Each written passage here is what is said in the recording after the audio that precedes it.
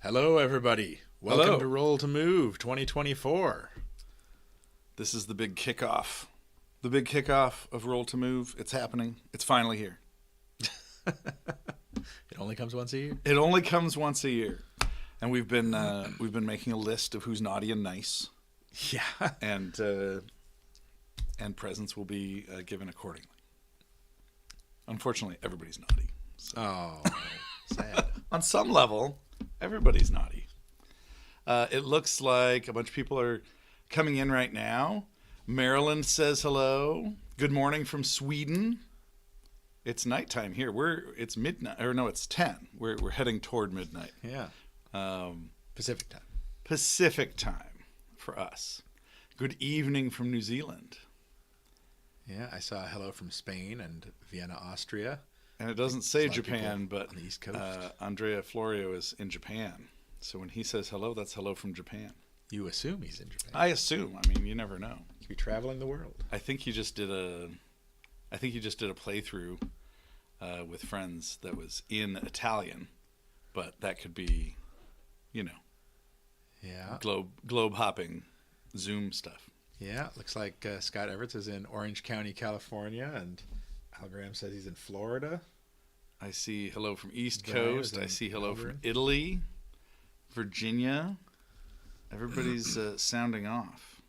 Yeah. 7 a.m. in Sweden. Thanks for getting up at 7 a.m. and starting your day with this live stream. So we have a lot of stuff to cover because we actually have a lot of stuff debuting for Roll to Move. So it's actually quite exciting.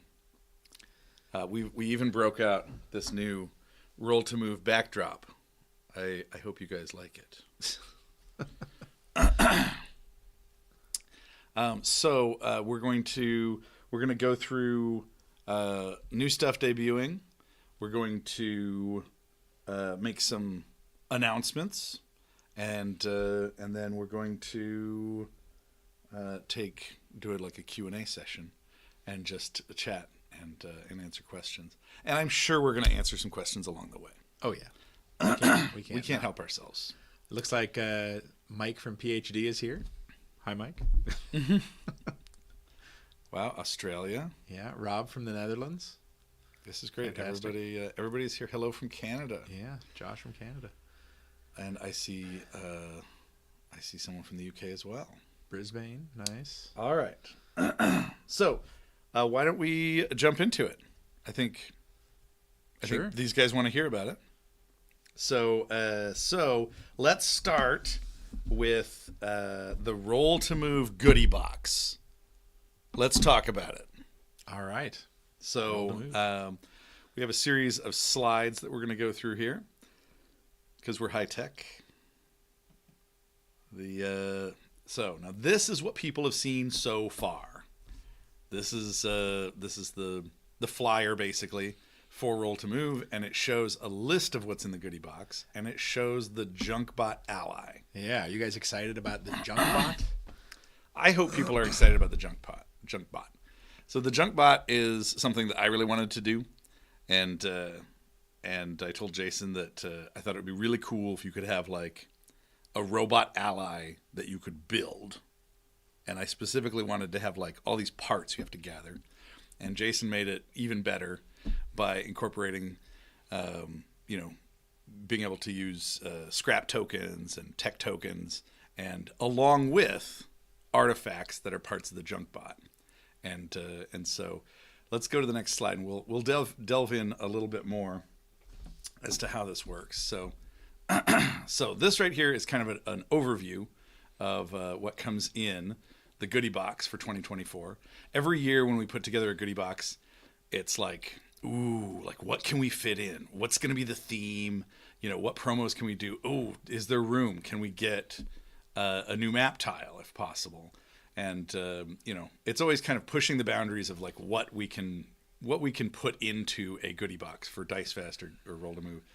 This is the first time ever that it hasn't just been kind of an alternate miniature where it's a brand new ally. Yeah. That is so exciting. That's something that we just have not done before. Yeah, and he fully comes with the the ally medium-sized card that has the basic version on one side and the advanced version on the other, and he has his own medium-sized card that's an upgrade chart, ally upgrade chart, and a what would normally be the mutation chart for the Junkbot is actually a malfunction chart. And it's treated just like mutations, but there are different malfunctions that can crop up and make your Junkbot start going a little bit haywire if he gets too corrupted. There's also a series of Junkbot parts that are Blasted Waste's artifacts. And so I had a bunch of fun painting up these different bits that form a Junkbot.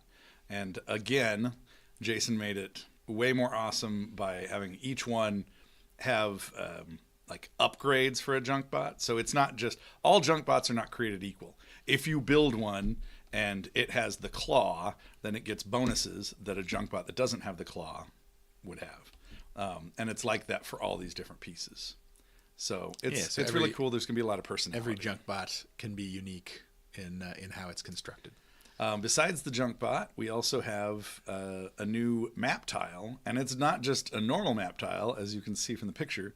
It is a very strange and unique looking map tile. Jason, do you want to talk about the secret passage? Yeah, the secret passage is basically a new passage map tile, which normally might not be super exciting, but it's basically a single file passage that means that like a panel slides out in the wall, and it lets you go inside between the walls and kind of go to the right or left to come out into other, a secret passage that leads to another room this way or another room that way. So it's kind of like the classic trope of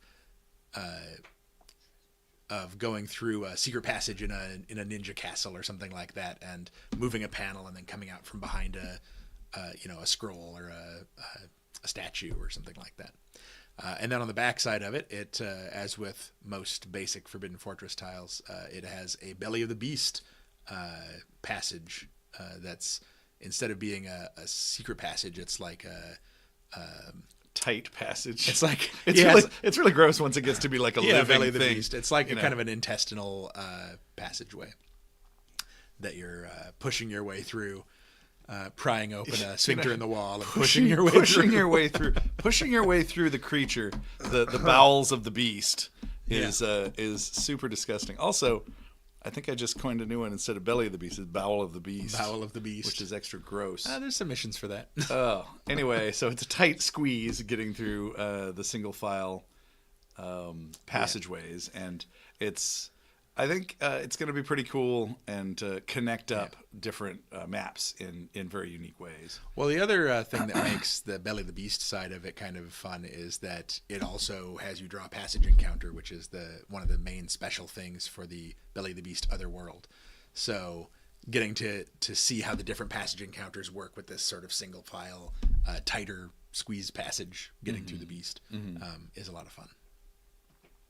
So if we bring this up again here, we can see... roll for bowel movement. It looks like. Oh, someone said that? Yeah. Okay, I thought you were making new rules over here. No.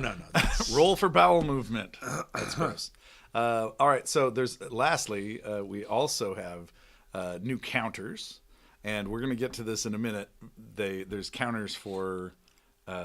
shields for the first time, because the Junkbot can actually have shields. Energy shield. We'll talk to. We're going to hold that and talk about it a little later. Okay. But let's talk about those last three promo cards, because these are kind of some wacky stuff.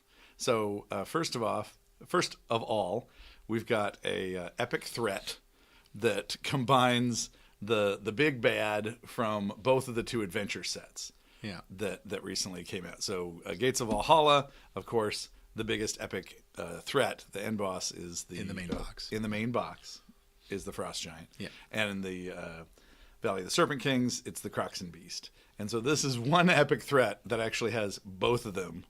Yeah. Because of course it does. Yeah, well, it's a Frost Giant and his pet Croxen Beast. And so you come across them taking a walk. And he's just out walking his Croxen. Walking his Croxen Beast. Yeah. And it's sniffing around trying to find the perfect spot to go. But it does have a little special ability for the Croxen Beast at the bottom of that epic threat card that says it's an ice beast. Yes. So that's going to be really cool, and basically a bonus that rewards people that actually have both adventure sets. It lets them kind of cross over and work together. I think that's a really cool thing. We've said this a bunch of times before, but you never know when people are just kind of joining the party. Mm-hmm. And one of the things that we really love to do is to try to like find new ways to use your old stuff, so that it's constantly feeding back into itself, like new ways to make the old stuff you have fresh and new and interesting. But it's also very much a promo card in that it's extra dangerous. I mean, you're basically fighting two epic threats at once, right? I mean, it's a Frostbite and a Croxen. You're totally in trouble. It's dangerous business, so you definitely want to have your heroes prepared if you're going to run into that. All right, next up, there's Canteen. What's it called? Adventurers Canteen? I don't remember offhand. It's the Lost Explorers Canteen. Lost Explorers Canteen. Yeah. All right, and so do you want to talk about that, and where did the idea come from for the Lost Explorers Canteen? It just seemed like the idea is to have it be this last remnant of a previous explorer that came through this way. And all you find is the dented, slightly bloodied canteen. That's all that remains of the previous expedition. And so, of course, you can pick it up, and I'm sure it's a good luck charm, right? Oh, yeah. It wasn't lucky for him or her. Yeah. And then last but not least, we have the Vento Star Empire belt. What's it called? The shield belt. Shield belt, yes. And that is one of the reasons why we have those shield tokens in there. The other is for the Junkbot to possibly use. But so this one right here, while it seems like it's maybe just a random promo that's in there, it actually is quite tied to the Blasted Wastes, because as we're revealing more and delving more into the Blasted Wastes, we're seeing that we've already talked about in the Blasted Wastes lore that it was originally like a penal colony for some group of aliens to put all of their penitents, all their prisoners. Well, it's a prison world that is works really well for dumping the worst of the worst, marooning them there so they can't escape. And so different alien races use it, but the main ones who kind of set it up in the first place are the Vento Star Empire, which is one of the alien civilizations that you can play in Conquest of Planet Earth. It was one of the original alien groups that you could play. And these guys are almost like space Romans. Yeah. And this is not the first time that Brimstone players may have seen them, because Celeris Dracoth is one of the Wasteland War Masters, and he is an exiled Vento Star Empire leader. Tried to overthrow and take control of the Empire and failed. So they sent him off on the Blasted Sent him Wastes. off to the prison colony. So this Vento belt is shield belt is actually an item that was shown in Conquest of Planet Earth, and now it all ties in, right? So now it's available where you could find one and actually have your hero with this Vento Star Empire shield belt generating a personal shield for your hero, even though you're a simple cowboy or a samurai or just a conquistador or a simple Viking, a jarl maybe, something like that. So that's one of the great things about Shadows of Brimstone. All right, I think it's time to move on. Let's delve further into the Junkbot. So this is the first time that we're showing these cards a little bit closer up, so that you're seeing the Junkbot, more of his stats, and we're seeing both the basic and the advanced version. And so, Jason, do you want to talk a little bit about how a Junkbot works? Because you can actually get a Junkbot at a Wasteland barter town. Yeah. So there's basically two ways to get a Junkbot ally in game. One is you can go and if you go to a Wasteland barter town, you can basically pay a larger amount of gold, supplementing it with some tech and scrap tokens to just kind of buy a default Junkbot. So if you're having trouble collecting up the parts, or if you can't wait to collect parts or something like that, you can go and try to spend an exorbitant amount to try to buy like kind of a very basic Junkbot. But the main way that you get a Junkbot is by collecting up scrap and tech tokens out in the Blasted Wastes and finding at least one component of the Junkbot as a Blasted Waste artifact. And basically, a Junkbot can carry and use up to 3 of these components.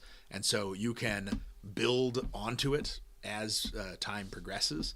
So you can start off by finding like one piece, throw on a bunch of scrap and tech to build the frame of a Junkbot, and then as you find more pieces, start adding it onto him to give him extra abilities and kind of further define what your Junkbot is going to play like. And you can only have 3 on him at a time, but when you find new ones, you can swap out parts, swap out components to make him have new abilities or different stuff. So it ends up being a lot of fun to sort of customize and create your Junkbot as you go. And even if you go to the Blasted Waste Barter Town and just pay a bunch of gold to get the kind of default baseline Junkbot, as you find components, you can be kind of swapping them in and kind of tinkering with them and upgrading them over time. Like all the allies, there's 2 different versions. You got a basic version and an advanced version.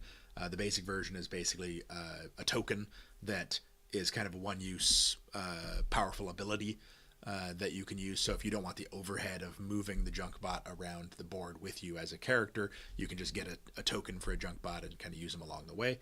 But I think most people probably enjoy having the allies actually on the board with the figure and moving around as their own independent characters. So that's the advanced side of the Junkbot ally card, which he works more or less like most of the other allies that you guys might be familiar with from the Old West Allies set or the Feudal Japanese Allies set.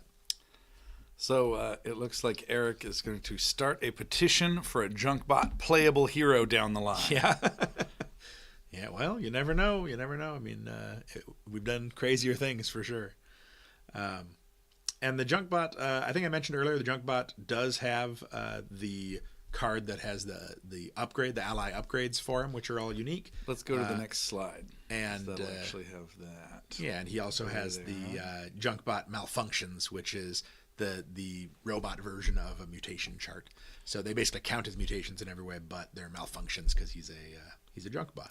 Did you want to actually focus in? Let's talk about some of the specific malfunctions and some of the specific upgrades. Yeah, sure. I mean, they can see some of them on the screen right now.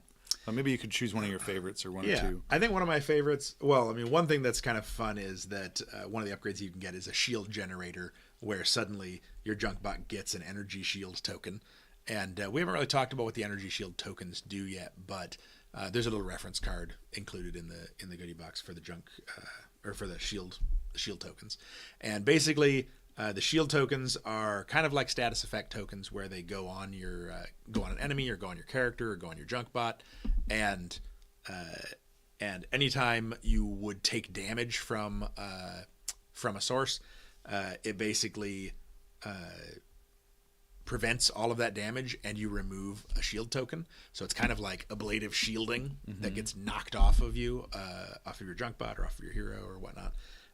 And then at the start of each turn, you get to roll a die for each energy shield that is missing from you. And on a 5 or 6, you get that energy shield back. So they kind of refresh over time. So if you were a fan of the Protoss in StarCraft, you're gonna love this. Yeah, they knock your shields down, and they can kind of refresh. And so for characters, for heroes, it tends to be a little bit more limited, where it's like, well, once per adventure you can turn on the shield belt, and so it gives you shield tokens for the duration of one fight. But for the Junkbot, he'll have like with the shield generator upgrade, he just suddenly gets energy shields 1, and so it means that he's got this shield that's kind of crackling and flickering, and if the ceiling collapses and knocks some damage off him, it actually bounces off the shield and shorts it out, and then it regenerates over time. But I think my favorite one on the upgrade chart is probably the personality matrix. Oh yes. And with the personality matrix, you basically, when you get that upgrade, you get to choose the personality of your Junkbot, and so suddenly he's no longer just normally robotic. He has a personality. So you can choose to make him either cheerful, depressed, or sarcastic. And each of those has a different kind of bonus that it gives you. And so you basically kind of set what the personality of your Junkbot is, and that's what personality he has moving forward when you get that upgrade. So it's kind of fun because suddenly they're no longer just mechanical. They actually are talking back to you or talking smack or maybe overly cheery and constantly offering you beverages and things like that. Suddenly they're your butler running around while you're going through the deserts of the Blasted Wastes. And then for the malfunctions, there's a lot of ways that your Junkbot can get start malfunctioning once he's getting corrupted. He can get droid rot or start sparking. He can have frozen servos, where suddenly with the frozen servo, suddenly he has a facing, which means that whereas normally models in Shadows of Brimstone don't have a facing, so you can move in any direction, fight in any direction, all of that. Suddenly you have to pay attention to what direction the Junkbot is facing when he's on the board, and it actually costs him to turn and to move around. So he starts acting a little more clunky, like a clunky robot. Another one that's pretty fun is he can become psychotic, where suddenly when he makes a melee attack, he attacks every adjacent model. And so it's great if you have him run headlong into the enemies and start attacking everything next to him. But if you ever end up next to him, suddenly he's going to just reach out and whack you because he's crazed. You can't trust him anymore. He's psychotic. So there's a lot of fun story moments that can come up from the different upgrades and malfunctions that the Junkbot can get to really give your robot a lot of personality and create cool story moments. I love the droid rot. Who wouldn't love some droid rot? Yeah, well, a droid. Yeah, well, perhaps. No silicon heaven for him. That's right. Well, no silicon heaven. Where would the calculators go? That's right, and the toasters. So let's look at what people are saying. Brandon Barlow says, but does it call your party meat bags? I think certainly. No, he actually, it says, as you wish, meat sack. So he doesn't go for the meat bag. He goes for the meat sack. Hassan says, turn him into alcoholic and add throw up acid skill card. Yeah, you want to make Bender? Maybe Is that what you're going for? Yeah. Eric Fierst says, when Junkbot hits the dance floor, they're doing the janky leg. Kyle Thomas, I'm going to call mine Bender, Bending Rodriguez. Yeah. Excellent. Can you bring them in the canteen? Well, I don't know if they allow their kind here. So. No, not if they have a droid detector. Yeah, could be bad. Did you know that outside the cantina at Galaxy's Edge and Disneyland and Disney World, they have a droid detector? A droid detector on the wall. Yeah. Yeah. So you can't bring droids in. Yeah, don't try to bring your droids in. It's the law. I mean, maybe if it's a service droid. All right. Is that a droid with a little vest? Yeah. I don't know. Yeah. All right. Anyway, so let's move along. We actually have a new illustration that we'll show now, and we showed this actually. The cover illustration. It was kind of the launch slide illustration, but this is a new illustration showing a band of Old West heroes with their Junkbot ally trucking through the barren wastes of the Blasted Wastes, and you can see the twin suns there in the background. And for this illustration, we specifically wanted to get a bunch of those items, like artifacts that you find in the Blasted Wastes, and have them on the different Old West heroes. So if you go through and you look at each of the heroes, they have different stuff from Blasted Wastes, which is kind of cool. Yeah, I think it would be really fun to have like an old prospector with his 2 or 3 bots as a solo character. Yeah, where you're just going through like collecting up gold, a crazy and old Darkstone. prospector and his all bot ally team. Yeah, because he's slightly mad because I think everyone he talks to is a. They would end up rotting out and then eventually murdering him or something. Probably, like that. And then they'd just be a hero party of Junkbots. All right, and you know what? While we're talking about Goodie, the Goodie bag or Goodie box for 2024, we are excited to let people know we actually have some goodie boxes from the previous 2 Roll to Moves. The goodie box for Roll to Move is exclusive to Roll to Move, but we actually still have some left over of 2023 and 2022, and they're going to be for sale in the store at midnight. Obviously limited quantities, but we have a slide to show the 2023 one, and you can see here we have a new painted version of the Storm Lord, so you can see the model in its true glory where it's all painted up. This is a new paint job by Chris White. Yeah, it looks great. It really does. All the lighting effects are just phenomenal. And this is freshly painted. The paint is still wet on this guy. This just got painted. And in this slide, we also show in the top all of the stuff that comes in that goodie box for 2023. And then that's not all. As it turns out, there was a Roll to Move before that in 2022. Let's look at that slide. This also is a new paint job where the paint is still wet by Chris White. And it is the Wasteland Bodyguard. And somebody earlier asked, wait a minute. You said this is the first new ally, but you had the Wasteland Bodyguard.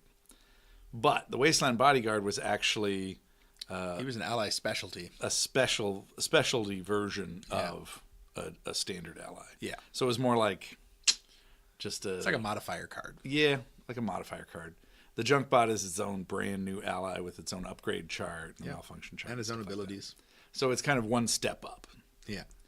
But you're right. I mean, the Wasteland Bodyguard is a new ally. It's a really cool guy. And the miniatures, turned out great, and the paint job turned out even better. Anyway, so if you guys missed out on those, they're going to be available. You can get them in the web store once the sale launches in an hour and a half. An hour and a half. Wow. All right, so let's talk about the next item because we have some other exciting stuff. So next up is a brand new card supplement, and this is something that Jason came up with. That just Jason does this sometimes, where like one simple idea just is going to lead to years of enjoyment for the game, for players of the game. And this is one of those things. It looks like a simple card supplement, but with this new grouping of 15 cards, it will change the way you play the game. And it's so thematic for so many different types of, genre movies and books and stories and TV shows and whatever. It's called The Next Big Score. Yeah. Here we see the cover art and the card list. Jason, do you want to just talk, what is The Next Big Score about? And then we're going to have some more slides that go into specific cards. Yeah.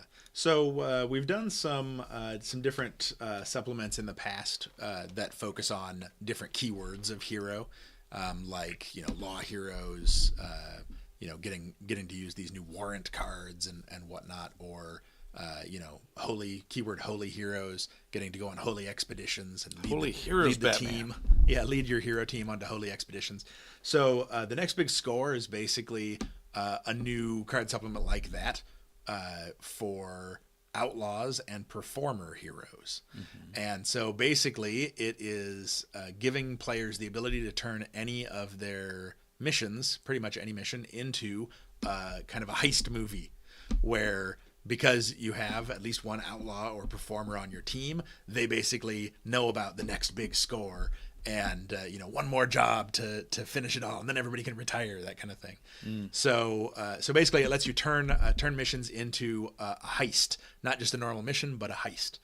And so a big part of that is that there's an adventure card that basically has modifiers for whatever mission you kind of overlay it onto, and that adventure card has it basically adds big score encounters to the adventure, where it's things like an inside job where as you're going through the mines you run into a guard and he's like, "It's about time you showed up, I've been waiting here."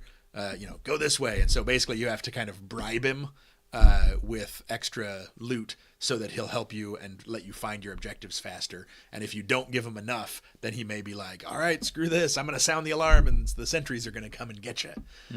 And so there's basically encounters that are themed, kind of heist themed. But perhaps the most exciting aspect of this supplement is there's actually, when you do this next big score adventure card, there's a deck of big score rolls, and it's basically like character rolls in a heist movie. And so basically at the start of the adventure, you shuffle them all up and deal out a pool of big score rolls to the hero party. That's one card for every hero in the party plus one additional one, and then each hero gets to choose which roll card they want for this adventure. So the rolls are like the muscle or the lookout, the getaway, the trigger man, the brains. Yeah. And so each of those basically has different bonuses and ways for you to get score tokens, which you can use any token to represent a score token. And it basically, as you collect score tokens over the course of the adventure, at the end, you can turn in all of the score tokens you've gotten to get extra loot card draws. So basically, the more you play into the role that you have for this heist, the more loot cards you'll get at the end of the adventure. And it's actually not capped to the normal 3. So if you build up enough score tokens, you could actually come away with 4, 5, 6, 7 loot cards at the end of the adventure. Now, there is some extra danger, though, and that is on the adventure card, there's actually a chart that is complications that come up. And so during the adventure, basically, whenever you find clues, there's a complication. And so you have to roll, and it's like maybe there's actually more security than you thought, or they moved the loot that you're after. So things that you'd expect to find in a heist setup. And so it lets you build your story as you're playing, and it's of course layered onto other missions. Right. So it could be that you're like trying to burn out a Hellbat infestation, but you also have heard that this is the next big score because these Hellbats have infested some old vault that's being watched over by outlaws. It's almost like Ocean's 11 meets Hellbats. Or whatever mission you put it on, Right. Or whatever mission it applies to. Yeah, I mean, if it was like a search party, then it's like somebody's gone missing and they were probably kidnapped by these outlaws, and so you can go in and rescue them. But I've heard that there's a lot of loot that they're storing in there with the kidnapped victim. I would dare say this is the most exciting card supplement, at least in the last few years. It's really cool. It changes the game, literally.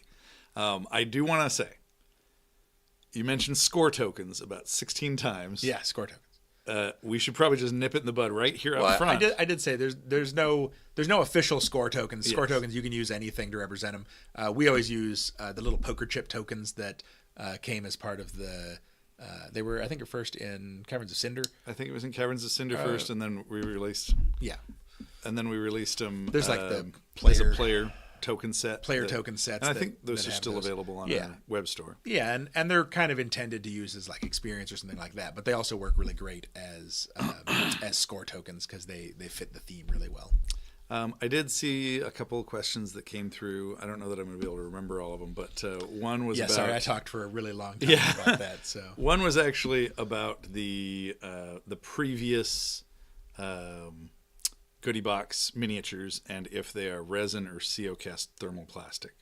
And I believe the Wasteland Bodyguard is resin.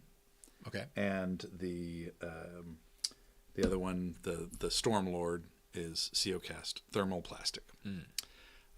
Looks like Luke asks, are supplement encounter cards meant to be kept separate from the main deck? So they all have the same card back for those encounters. So you can freely mix them in as much as you want thematically. But on the front of the card, anytime there's a special set of encounters for like an adventure card. Or a big score. Yeah, an adventure card like the big score or something like that. They always have a little icon in the front face of the card, kind of the upper left corner, that shows and has a little text that says it's big score or vampire or whatever it happens to be. And so You can always keep those cards separate or easily sort them back out of your deck just based on those that little icon. And as far as when you're playing an adventure like the Big Score, you Yeah, could just only play with those encounters. Yeah, well, usually with an adventure card like this, it says, there will be some way that it triggers it where it's like, oh, whenever you get an encounter, you also get a Big Score encounter. So you want to keep it as a separate little deck that has just cards with that icon on, okay. and then you'd add them on to whatever your encounters are for the adventure. But, I mean, they're really, because Shadows of Brimstone is very much a sandbox, it's built in for you to be able to mix and match things and kind of thematically build out your decks, for each campaign, for each mission, even if you want, to really nail the theme that you're going for. All right, let's go on to the next slide here, and we'll actually show the adventure cards for the front and back of the adventure card for the Big Score. And I think most of this is basically what we've been talking about, but at least people are able to see it and read it for themselves. We don't necessarily have to stay on it that long. People could always pause. Yeah. Because we've been talking about it, why don't we just move on to the next slide? Yeah, but you can see the little complications chart that pops up. So, normally clues are good things in most missions, but when you're doing a heist, that's what triggers like the extra danger that can come up mid adventure. All right, so here's some of the encounters, like the Sleeping Guard.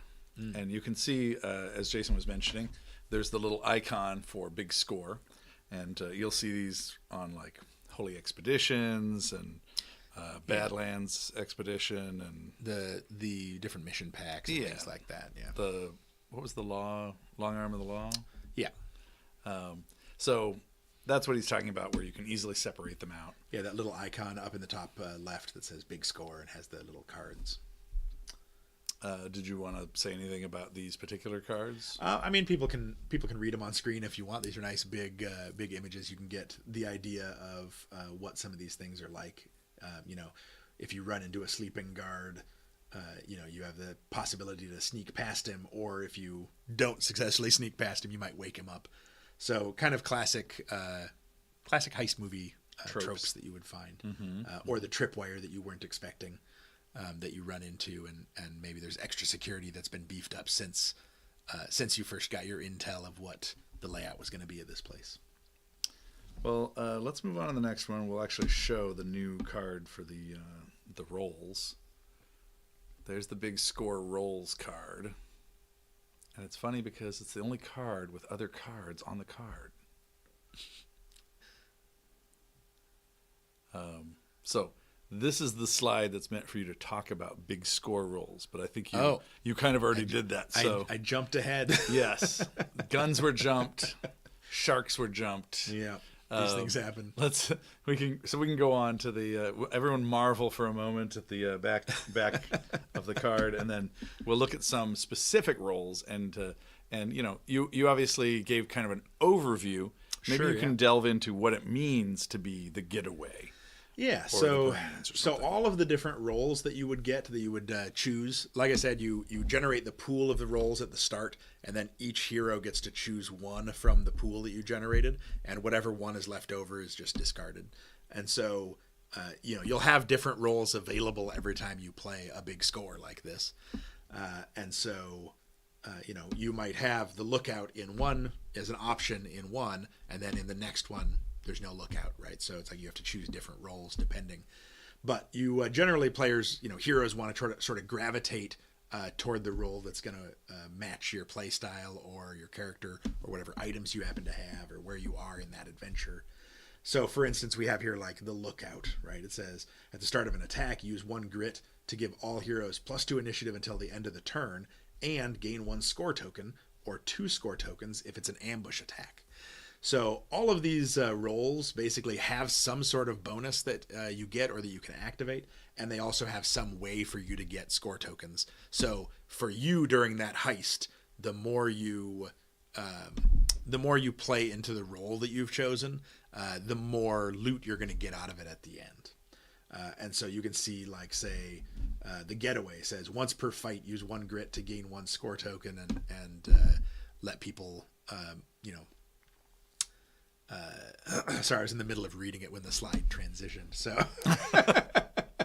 it's fine, no problem. The point is that you basically can let people be better at escaping, and you get score tokens for moving around and playing into the theme of being the getaway, the guy who's in charge of making sure you can escape, you know, when you need to, and get the loot and get out. There was a question about non-outlaw, non-performer heroes being able to take part, and as long as you have so at least one. So being an outlaw or a performer is not required to take part or to use a role or anything like that. It's just you have to have at least one outlaw or performer in the hero party to be able to make an adventure, use this adventure card. And the adventure card is what unlocks, you know, doing the heist roll, the big score rolls and all that. So, you know, just like the Holy Expeditions supplement or the Long Arm of the Law, you just have to have one character with that keyword included to start the adventure, and then everybody can take part, and everybody has their different roles. So I think it's going to be initially obvious to people about playing like the next big score in the Old West. Mm-hmm. But did you want to talk about what the next big score looks like if you're maybe a Forbidden Fortress player? Yeah, I mean, the thing is, you can overlay it onto anything, and with the special encounters that come with it, you add them to the adventure whether you're in the mines or not. They're almost always there'll be mine encounters that are part of the special encounter deck, like the next big score. But it doesn't matter what world you're in. They're basically designed to be story driven rather than location driven. And so they work great if you just mix them into your mine encounters deck when you're not playing the next big score. But when you are, you can overlay, you know, the sleeping guard can be there if you're in a Forbidden Fortress, or if you're in a Spanish fort, or if you're in the Norse lands, right? Because you take your normal encounter cards in the Norse lands or Forbidden Fortress or whatever, and then you would get an additional draw from this deck. From the little deck of big score icon cards. And then, of course, there's outlaws and performers in Forbidden Fortress. Mm-hmm. The geisha is a performer, right? Yeah.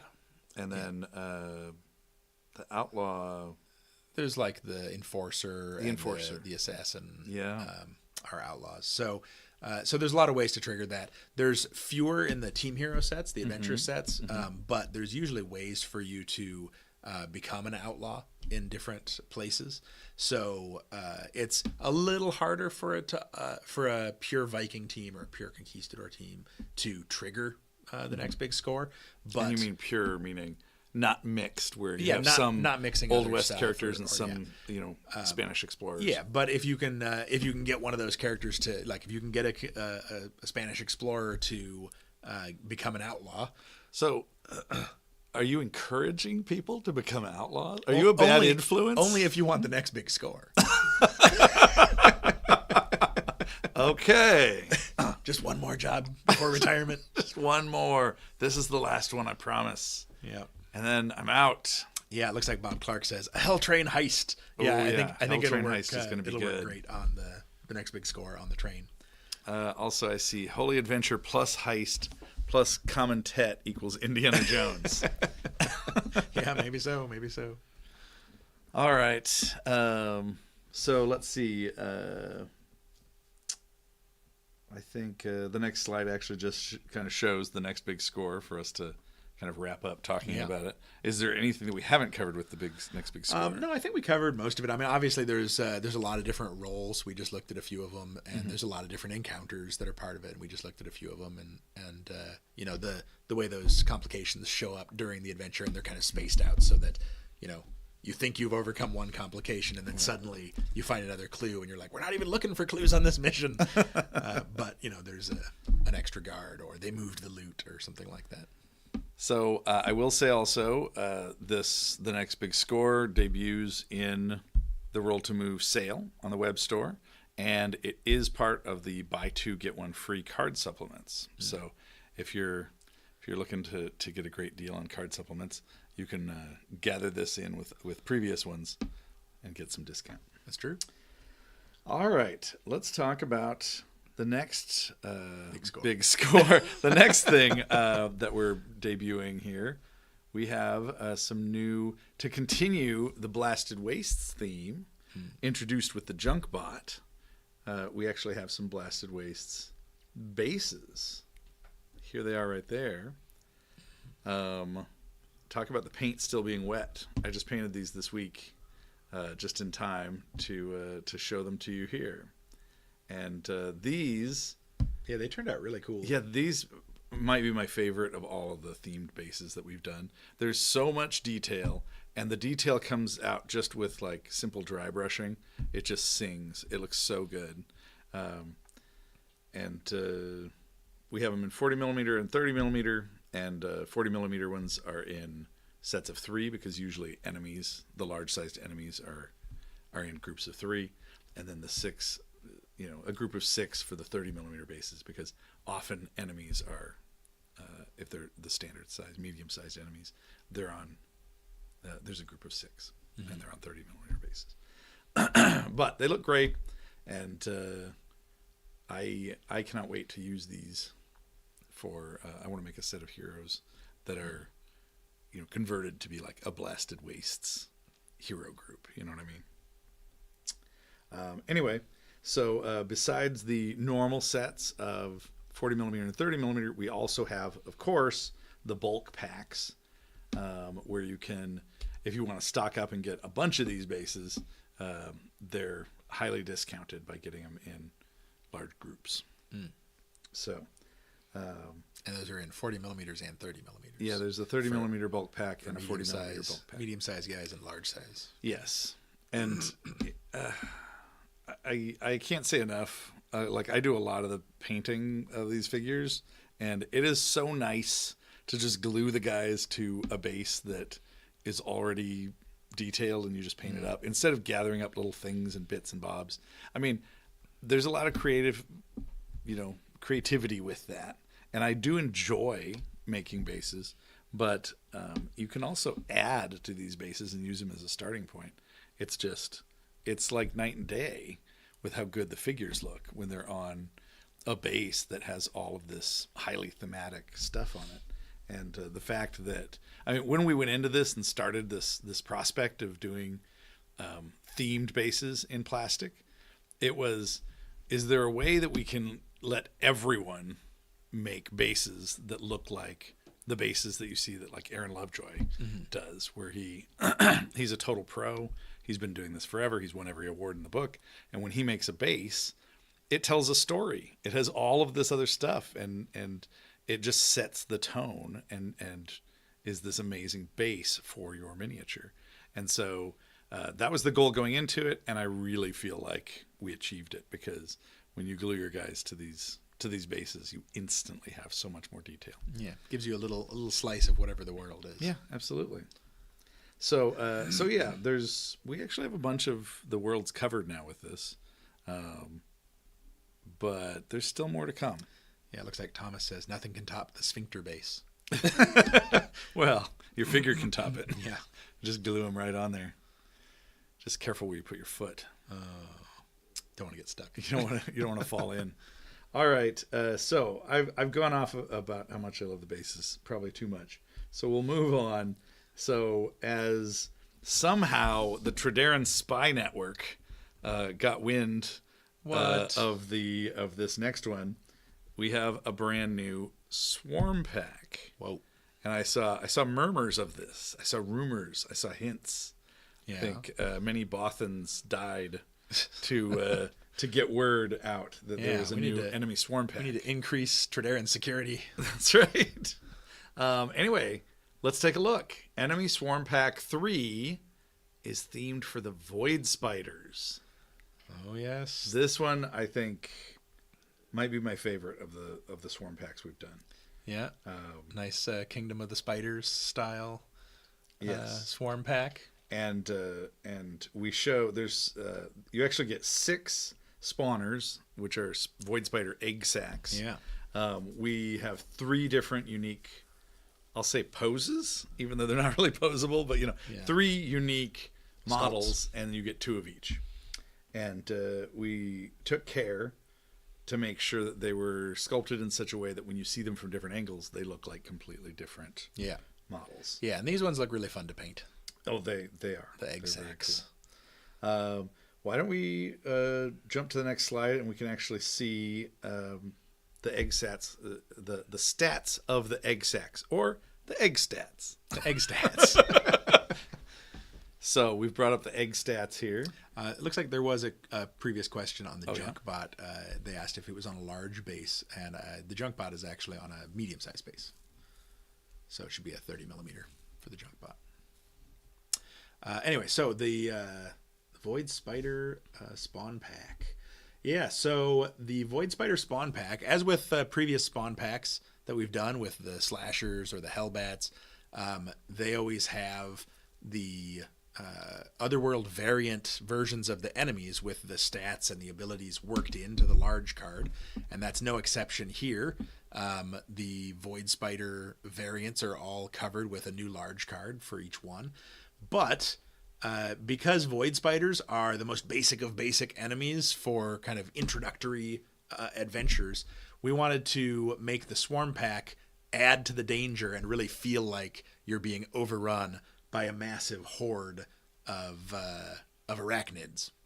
And so we basically have given the basic Void Spiders a new large card that you can use if you're an experienced player. I say experienced player because this new ability that they have can be extremely, extremely deadly. It's Countless Swarm.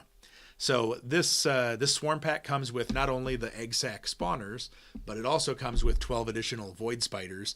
So adding that on to the 12 that come with City of the Ancients, it means that you can have up to 24 spiders on the board at a time, which is the most enemies of any enemy group we've ever done.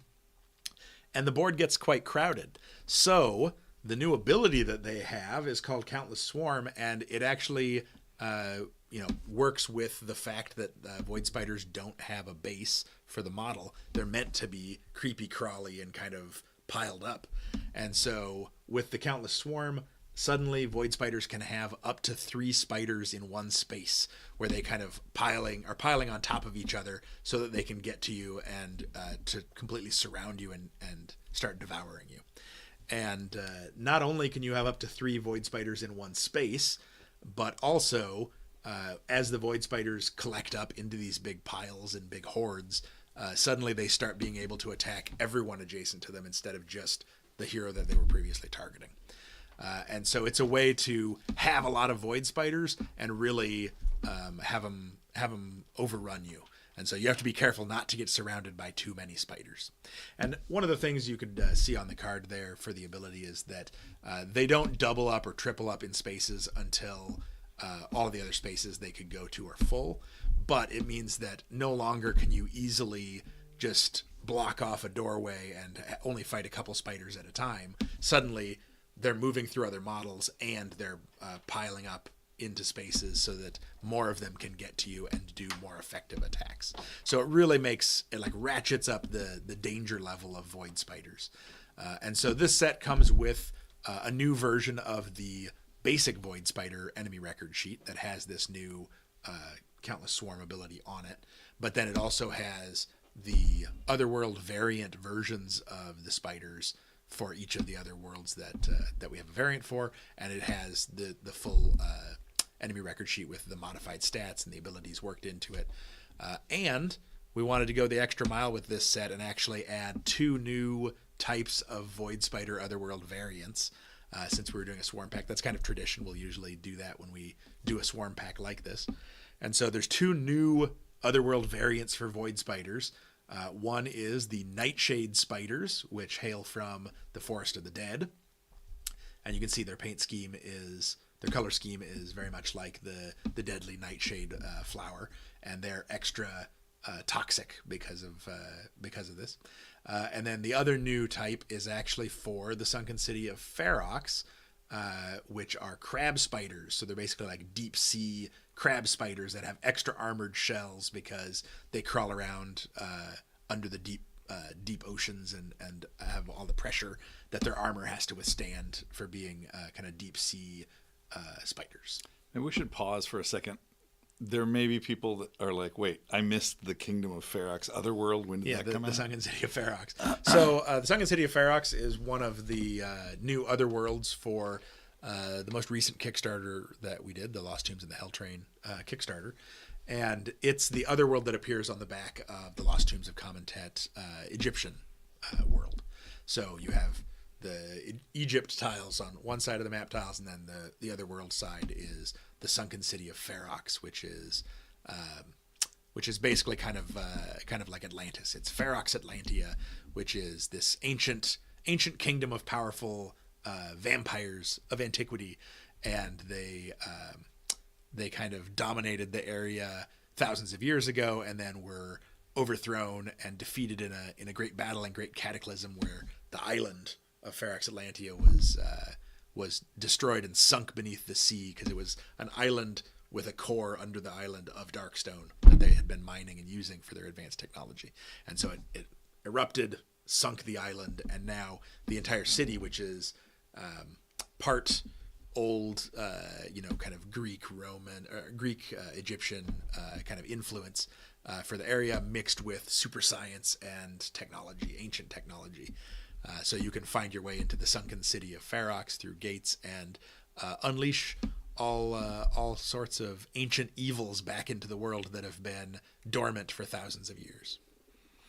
And as their numbers have been dwindling, they've replaced their armies with automaton armies. Well, because it's a kingdom of vampires, they also would create these kind of ancient robots that were robot soldiers that are the Atlantean automaton warriors, and they would send them out in daylight to across the seas or through portals to conquer and bring back riches from distant lands and keep everyone in check.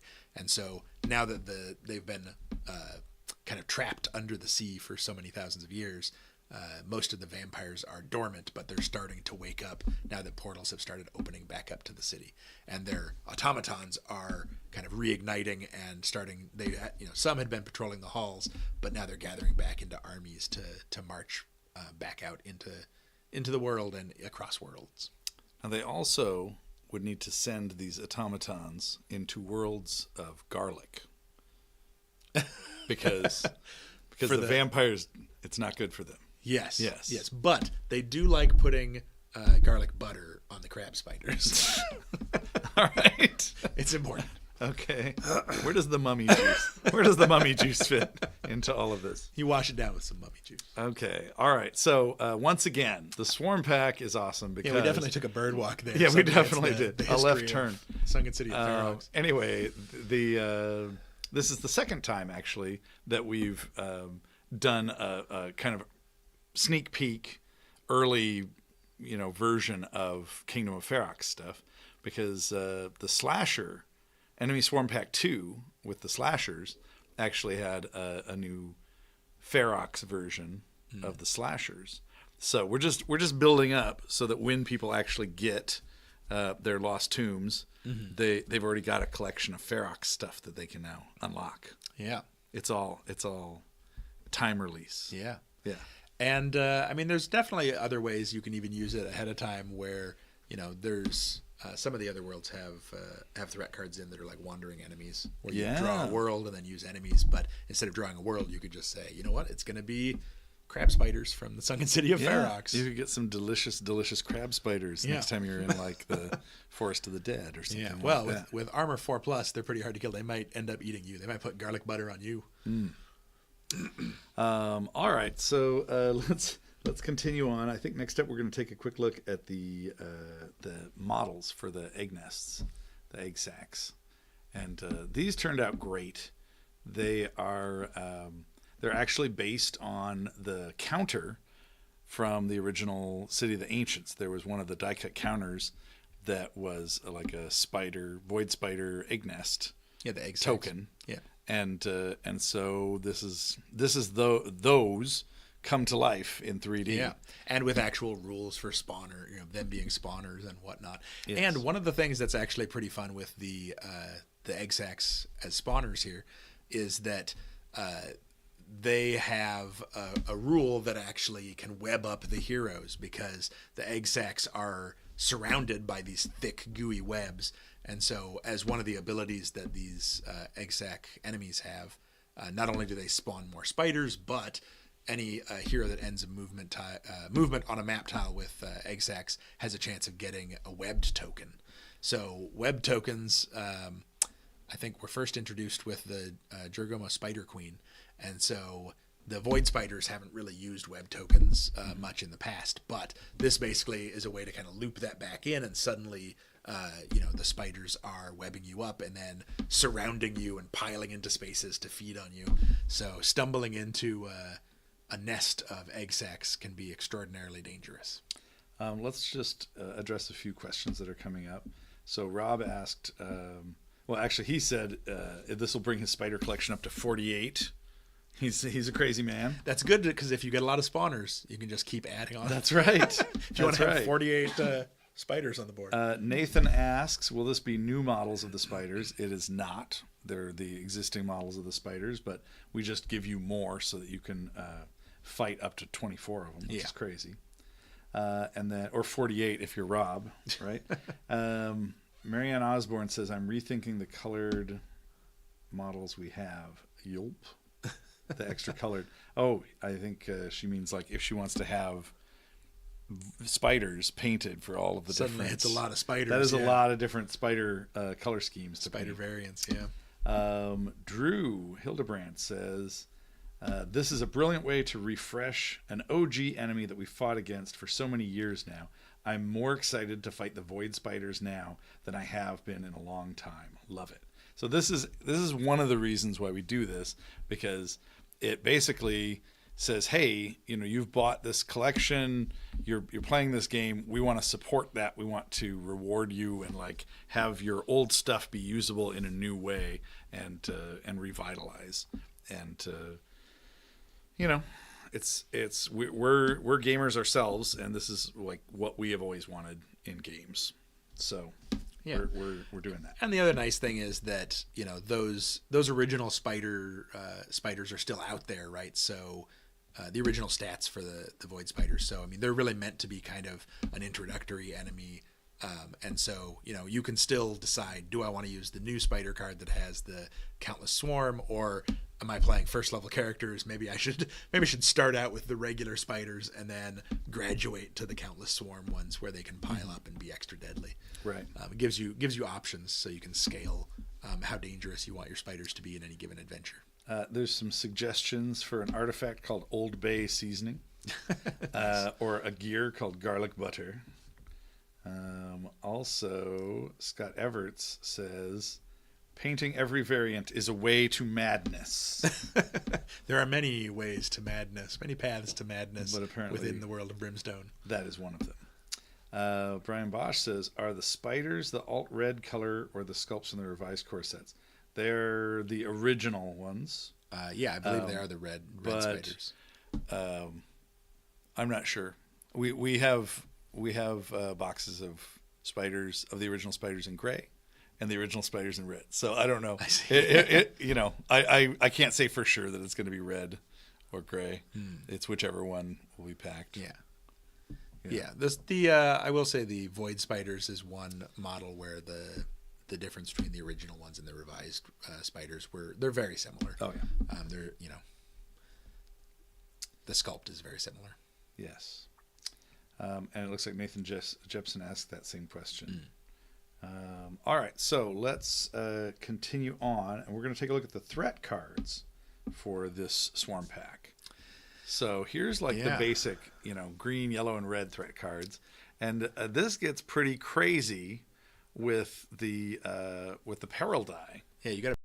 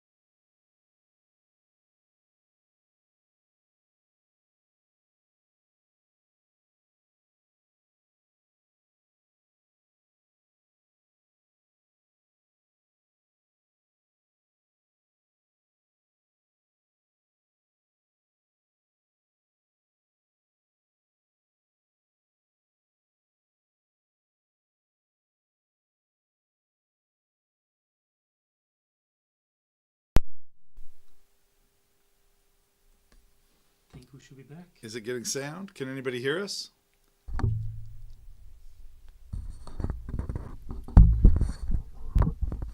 All right. Well, you'll have to let us know when we have audio again. Oh, sound is back. All right. Success. Yeah, the void spiders got into the works and chewed through the sound cables. Oh, they're coming from within the room. That's right. They're stacking 3 in a space. Usually this happens at the start of a live stream. Thank you, Al Graham. Thank you. All right. All right. So Hey, it wouldn't be a live stream without 1 or 2 technical difficulties. yes. All right. Now that everybody is sounding off that they can hear us. Wait, good call on bone eaters. Okay, so where were we? I think we were talking about the 4 peril dice. Yeah, I was saying Void this spiders. is one of my favorite high threats, where it actually has 4 peril dice of void spiders and D3+3 egg sacs. Like, that is definitely an extremely deadly fight for 5 to 6 heroes to run into. So if you want your extra challenge for 5 or 6 hero parties, Void Spider Swarm is definitely gonna give you a run for your money. Absolutely. Well, let's look at the next slide, because we can look at some of the other world threats, and a lot of these we've already talked about in the form of, the large cards, their enemy record sheets. But here you can see how they show up, and there's actually, for the new ones, the Kingdom of Ferox and the Forest of the Dead, we actually have 2. Yeah, so these are otherworld threats that have not just the otherworld variants of the spiders, but also have them spawn with egg sac spawners. But then, because there's 2 new variants for the nightshade spiders and the crab spiders, those ones have the basic otherworld threat card as well. And so it has the little modifiers on if just because you might as well show what they do, even though those stats and modifiers are already on the Built large in. card. They're already built in. Right. But just, as a sense of completion, we wanted to make sure people had those stats just on the card so people could see it. And you will notice that the egg sacs themselves also are different colors based on the different worlds. So if you really want to find your way to madness, Don't go down that path of madness. don't just waffle, Scott. paint the. Don't waffle, Scott Everts. It's more just paint the scheme you think looks the coolest. But I mean, part of that was just because the ground that they're on, you want to match up with it being green for the Forest of the Dead because of all the moss and the undergrowth, or being fleshy colored for the belly of the beast for the bile spiders and things like that. All right, so you know what? The next one is actually the one that I'm most excited about. This is the big, and we're getting close. The sale kicks off in 44 minutes. 44 minutes. 44 minutes. All right, so yes, I was going to say the biggest reveal that we're doing, and the most exciting one, is this next one. So if anybody needs to sit down, Now that you've built it up, it's always a good strategy. Build things up so that people can be. I need to just build it up. Wait, Scott Everett says no. Waffling is a go. All right, so we've have a bit of a theme here for Blasted Wastes, and I would dare say for the rest of this year we're going to be following this theme of fleshing out the Blasted Wastes. So now we started out with the Junkbot ally, and then we've got the new bases for the Blasted Wastes, of course, and this next one is, I think, going to excite people. Why don't we bring up the image? This is a brand new enemy pack themed for the Blasted Wastes. These are the Warden Mark VI sentries. So people may remember the Warden. If you can flip to the next slide for a second, I remember this artifact. So this is from Blasted Wastes Artifacts Pack number 1, and this was from 2016. And we had one of the artifact cards was the Mark IV Warden's Head. So this is something that early on, when we talked about the Blasted Wastes, we wanted it to be, this former prison colony, and the aliens that created it didn't want to sit around, spending their time policing, and guarding over the prisoners. So they created a series of robots that were the guards and overseers. The Wardens. They called them Wardens in the lore for the Blasted Wastes since the main Otherworld set came Yes. And so it was really cool because you could actually find a Warden head, and it was specifically a Warden Mark IV. Yeah. And so there are different Warden types, the different marks. And the different marks are different sizes and have different duties in watching over the prison world of the Blasted Wastes. And generally speaking, the lower the number, the bigger the Warden. Yeah. And so the Mark IV is pretty big, actually, but the Mark VI is still bigger than a human. Yeah. I would say maybe 7 feet tall. Yeah. Something like that. 8 feet, sure. 7 or 8 feet tall. And so that seems like a good size to actually have be an enemy in the game. And so we have these large size. They're on 40 millimeter bases. And these are the Warden Mark IV sentries. Mark 6. I'm sorry, Warden Mark 6. The Mark IV was the head. So if we go to the next slide, we'll take a look. There's the Warden Mark IV head that people may have already collected. Someone right now might be saying, like, my Bandito has that. Walks around with that head. Yep. And now if we go to the next slide, we'll see the miniatures, so you can see them a little closer up. These guys turned out so cool. I'm really, really happy with them. Daniel did an amazing job on the sculpts. And so they have their shields. They're kind of riot shields. They're stylized after, the Ventos Star Empire is the ones who created these guys. So you'll see some iconography of the Ventos Star Empire on their chests. Yeah, and then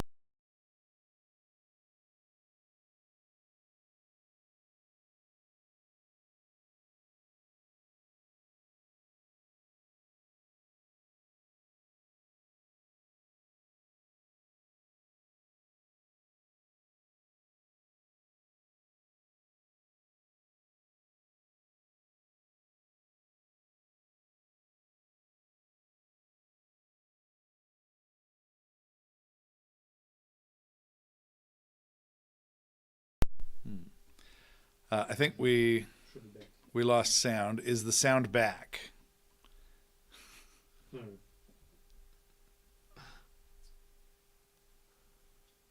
all right. Yeah, All right. It looks like it just dropped out for a second. Sorry, we have a wireless microphone, and it seems like the receiver, even though it's plugged in, it seems to be turning itself off every once in a while. So we're going to monitor it. If it drops out, we'll be able to get it back really quick. Yeah. All right, so they lost us at iconography, it says. So we were talking about how they have the iconography of the Ventos Star Empire. You can see it on their chest and woven into some of their armor plating. And then their style, you can see that they're themed for kind of Roman style, like space Romans, like the Ventos Star Empire. I was saying that they have really cool, like Roman style riot shields that have that are also Roman style, and that have the Ventos Star Empire emblem on them. And then they're armed with these shock batons that are seething with energy. And then they also have weapons built into their forearms, and we wanted these guys to look really beaten up, because the idea is these guys were, buried, overthrown, dismantled, attacked, beat up, set on fire, whatever happened to them, all this time ago, and somehow they have sparked back to life.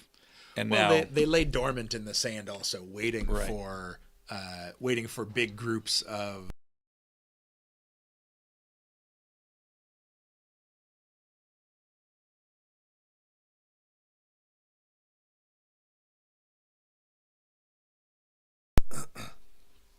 Okay. So hopefully we can avert it dropping out anymore.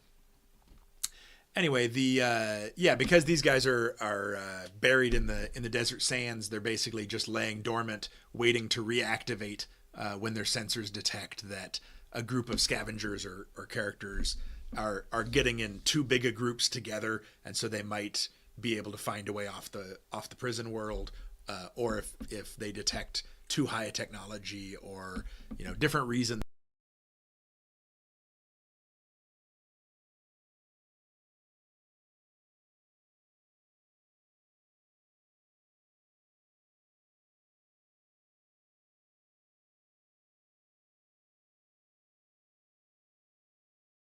Microphone that's not wireless. Okay, it's up again. All right, we've changed the plug around, so hopefully it can keep power going now on this wireless mic. Anyway, the point that I was trying to say was that they lay dormant in the sand, waiting to be reactivated when they detect that there may be a prison break or a big riot or trouble in the prison world. And so they pull themselves up out of the sand and start cracking skulls and putting down any sort of uprisings or riots going on in the Blasted Wastes. Yeah, I love this. I mean, there's such I can envision like the movie or the scene in the movie this happens. Where you come across these dormant prison guards, and they think that you're a prisoner. You actually came here from some other world. You're a cowboy. Well, once you get there, maybe you are a prisoner. Yeah, maybe. You've joined the group. It's so much fun. These guys are some of the most exciting enemies that I've seen in a while. I'm really, really excited to flesh out the Blasted Wastes more and to finally see the Wardens. Yeah, I feel like ever since we made that artifact, I've wanted the Wardens. Yeah. Well, in the Blasted Waste Barter Town, one of the temples that you can run across is worshiping a giant deactivated Mark II Warden. Oh, and enormous. It's an enormous one, yeah, where it stands, like 30 feet tall or something. And so they're basically worshiping this giant deactivated Warden. Now that we have these Warden Mark VIs, all that people are going to want now is bigger Wardens. Wardens. More Wardens, bigger Wardens. Well, you never know. Yeah, maybe some point. All right, but let's continue showing these guys. I think next up we're going to look at their threat cards. So there they are right there. So these are the normal threats. These are, you got a green, yellow, red, and an epic version. Yeah, low, medium, and high threats, and then an epic version where they've got the extermination factor as an extra ability. I had the extermination factor once. Yeah? How'd that go? It didn't go well. I had to sleep it off. It was a double flush. Whoa.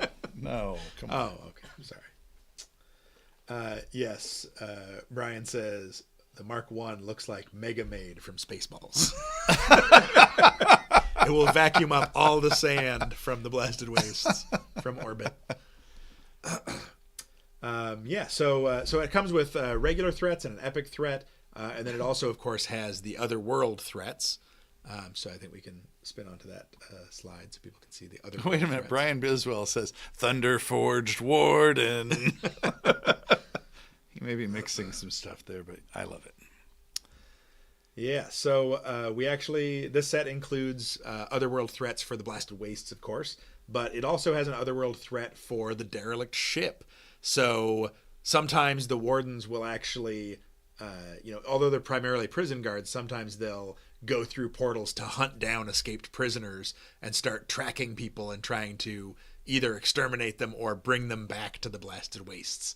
So you never know if they're going to follow you and get your, track you and try to bring you back to the Blasted Wastes. So there's a derelict ship card for them as well, because they're used, in addition to being used for prison guards on the Blasted Wastes, these types of robots are also used by the Ventostar Empire as like boarding actions on ships and things like that. So you can run into them in the derelict ship. There's also a darkness card, as you can see here. There is no escape, which can be pretty dangerous.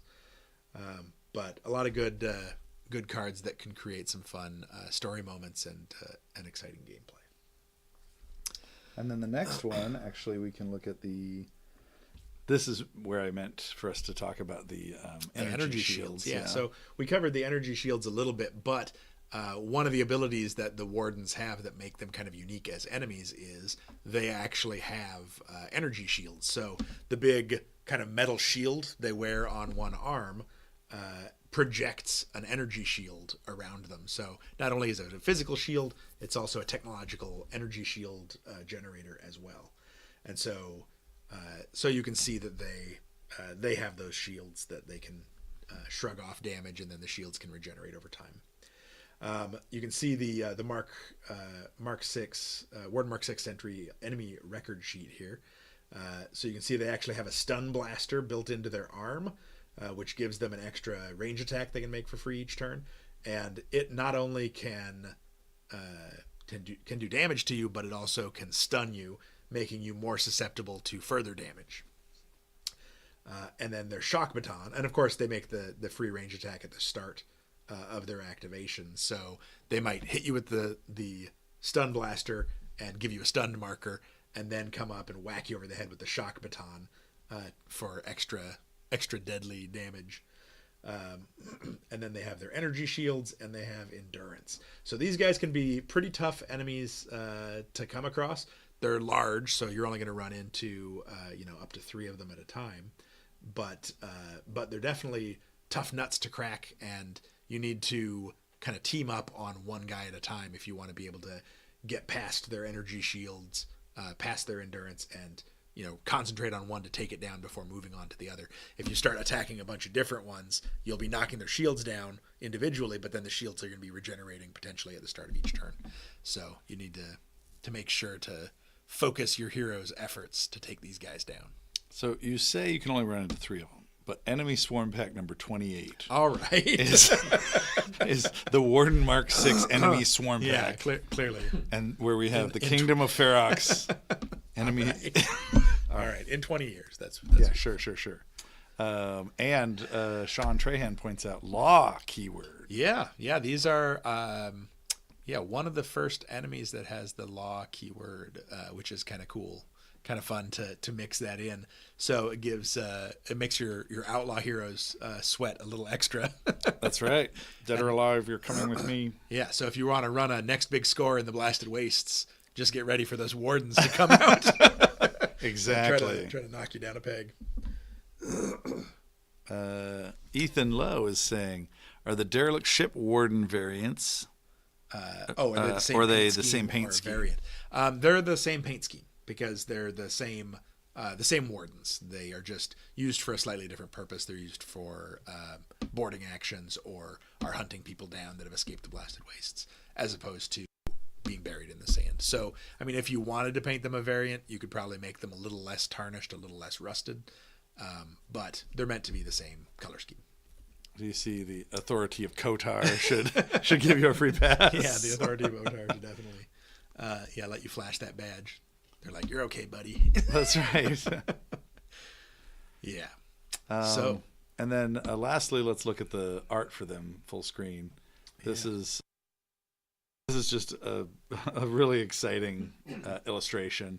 This is one of the artists that we work with, who's actually from France, named Cardinianis. And he's the one who has done a bunch of the really cool Egyptian illustrations for the Lost Tombs. Like the cursed mummies or the scarab swarms, some of these, Cult of Horus. It turned out fantastic. Like all the detail on their armor and the different wreckage in the background is definitely really cool. Well, and it also it really grounds you because you're like right there among the spires of rock on the planet, and then the acid pools and all of the like crashed derelict ships and stuff. It's very cool. It just it feels like you want to see this movie, Yeah. It's a lot of fun. This is the last thing you see before getting whacked over the head by the shock baton. Exactly. So wait, Rob says Swarmbox 28, Warden Mark II, Factory Mother. Kyle said that looks. What? Oh, I'm sorry. So that's the Warden Mark VI Sentries. Yes. So let's go on. This is the last new thing that's going to be debuting in the sale, and it is 2 new blank card sets. A lot of people love having blank cards where they can create their own cards, and so people have been asking for blank card sets for adventures because we have them for all the other ones. And so finally we are excited to bring people encounter blanks and artifact blanks for both Norse lands and Spanish Fort so that people can make their own new artifacts and encounters. So those are now added to the list of blank cards that we have. They kind of fill in the blank, as it were. So why don't we ask? It looks like one question is the energy shield tokens are per model rather than per enemy group. That's correct. They're per model. So each Warden Mark VI has a couple energy shields that you have to knock down. So it can be pretty deadly business. And then it looks like Sean says Wardens were a hard act to follow. What, you mean following a new enemy set with blank cards? doesn't excite? You got to throw them in there. Also, nobody's asked, but just to make sure people know, the Warden Mark VI models are thermoplastic. And so that means a few things. That means that they're made in the USA. That means that you want to use super glue instead of plastic cement when you're gluing them together. It also means that we've been getting just some really tremendous detail on those figures. And I think that you're really going to love it. I just started painting my set of Warden Mark VI models, and they're awesome. Drum roll, blank cards. All right, so we have a couple things to announce, but maybe we should take some questions right now, and then kind of wrap up with the announcements. Yeah, sure. So just to recap. The things that you're going to look for in the sale, which starts in 24 minutes, which launches. We've got the Goodie box with the Junkbot. We have previous Goodie boxes for the previous 2 years in case you missed them. We've got the brand new card supplement, the Big Score, next Big Score. We've got the Blasted Wastes bases in 30 millimeter, 40 millimeter, and then bulk packs for each of those.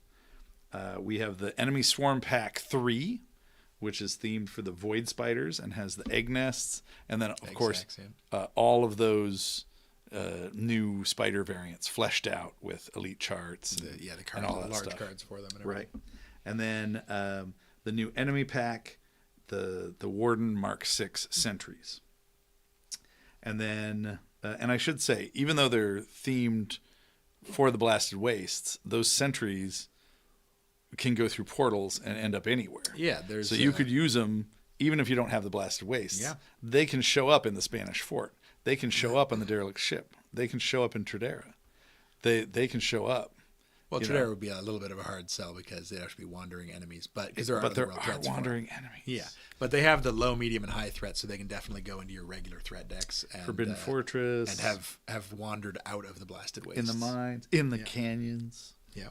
All right. So, and then, like, blank cards. We just have to say it again. Blank cards. The blank cards for the Norse lands and the Spanish Fort. So those are the new things. And then we also have a bunch of sales. We've got bundles, several major bundles that are great deals, huge discounts. We've got stuff on serious discounted sales for across all the different like games, expansions, enemy packs, hero packs, lots of great sales. And then buy two, get one free on the card supplements. So there's a lot of really exciting stuff. And we're continuing our celebration of the Year of the Dragon, because this is the Year of the Dragon. So we have these deals where you can get groups of dragons with the Epic Threat card that lets you fight multiple dragons. So you can do the different elements of dragons, things like that. And it just goes to deeper and deeper discount the more dragons that you're getting. Besides that, what was the other thing I was going to say? It flooded out of my head now. That's all right. Why don't we go ahead and answer some questions that people might have? All right. Just know, good deals. Good deals. And actually, just to give some sneak previews, we actually have Fortune and Glory on sale, which is amazing because it's brand new, and we are getting very close to selling out of the entire print run of it. So we're going to have to do another production run. So don't waffle. If you're interested, get it while you can. All right. So let's answer some questions.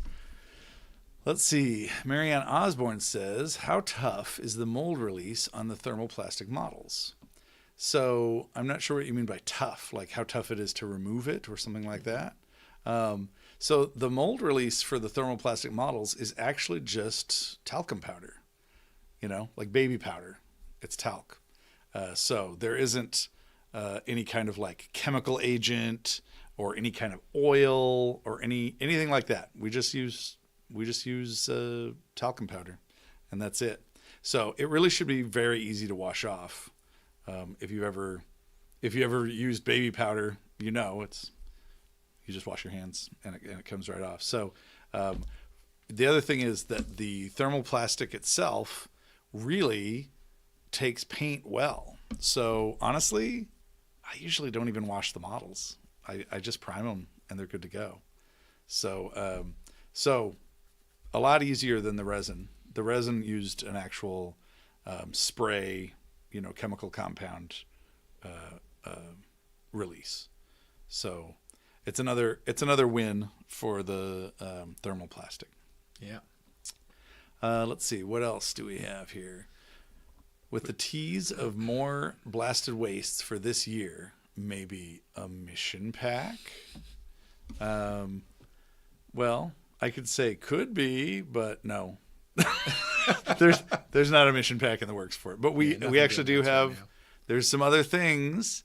We should focus on the excitement of this, but let's just say Gen Con is coming up in August, and we may revisit this theme.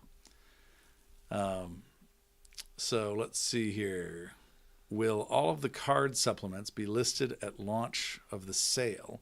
I'm going to aim to buy all packs in order. Otherwise, I'll forget which ones I have.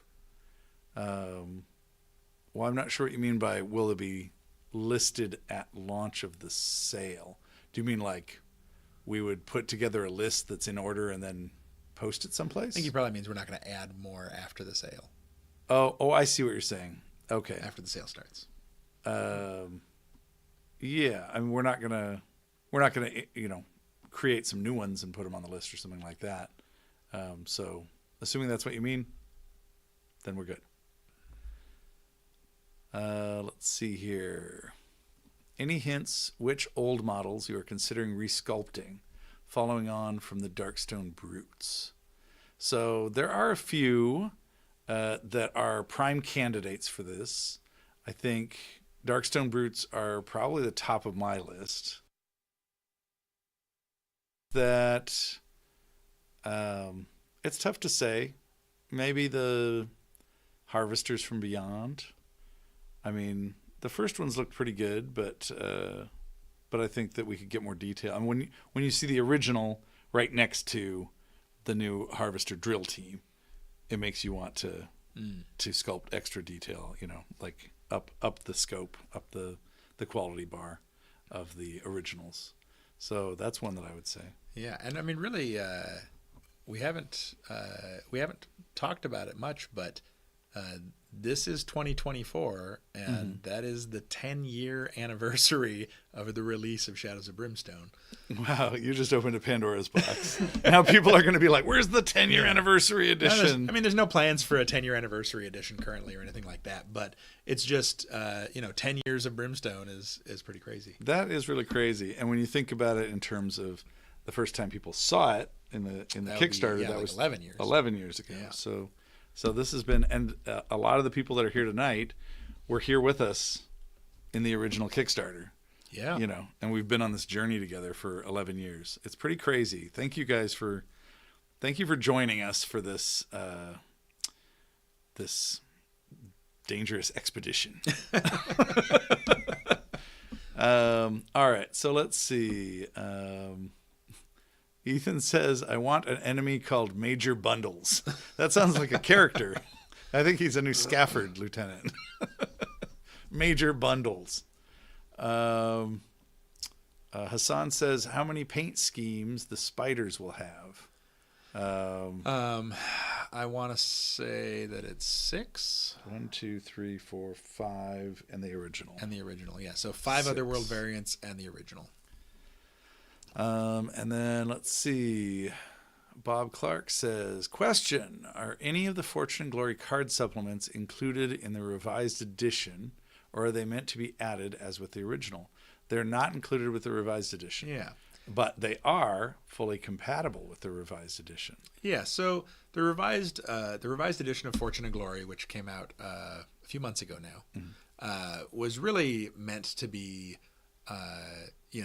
mostly about polish and adding in FAQ and tweaks, errata that's happened over the years, and making the rule book a little bit easier for people to navigate and better organized, and just learning some of the lessons that we've learned over the last 11 plus years, 11 or 12 years that Fortune and Glory has been out.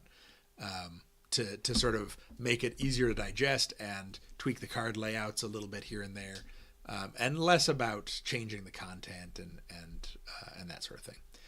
There's definitely that polish pass and getting like the smaller, tighter box with the board that's cut into more sections so that it fits more compactly into the more reasonably sized box.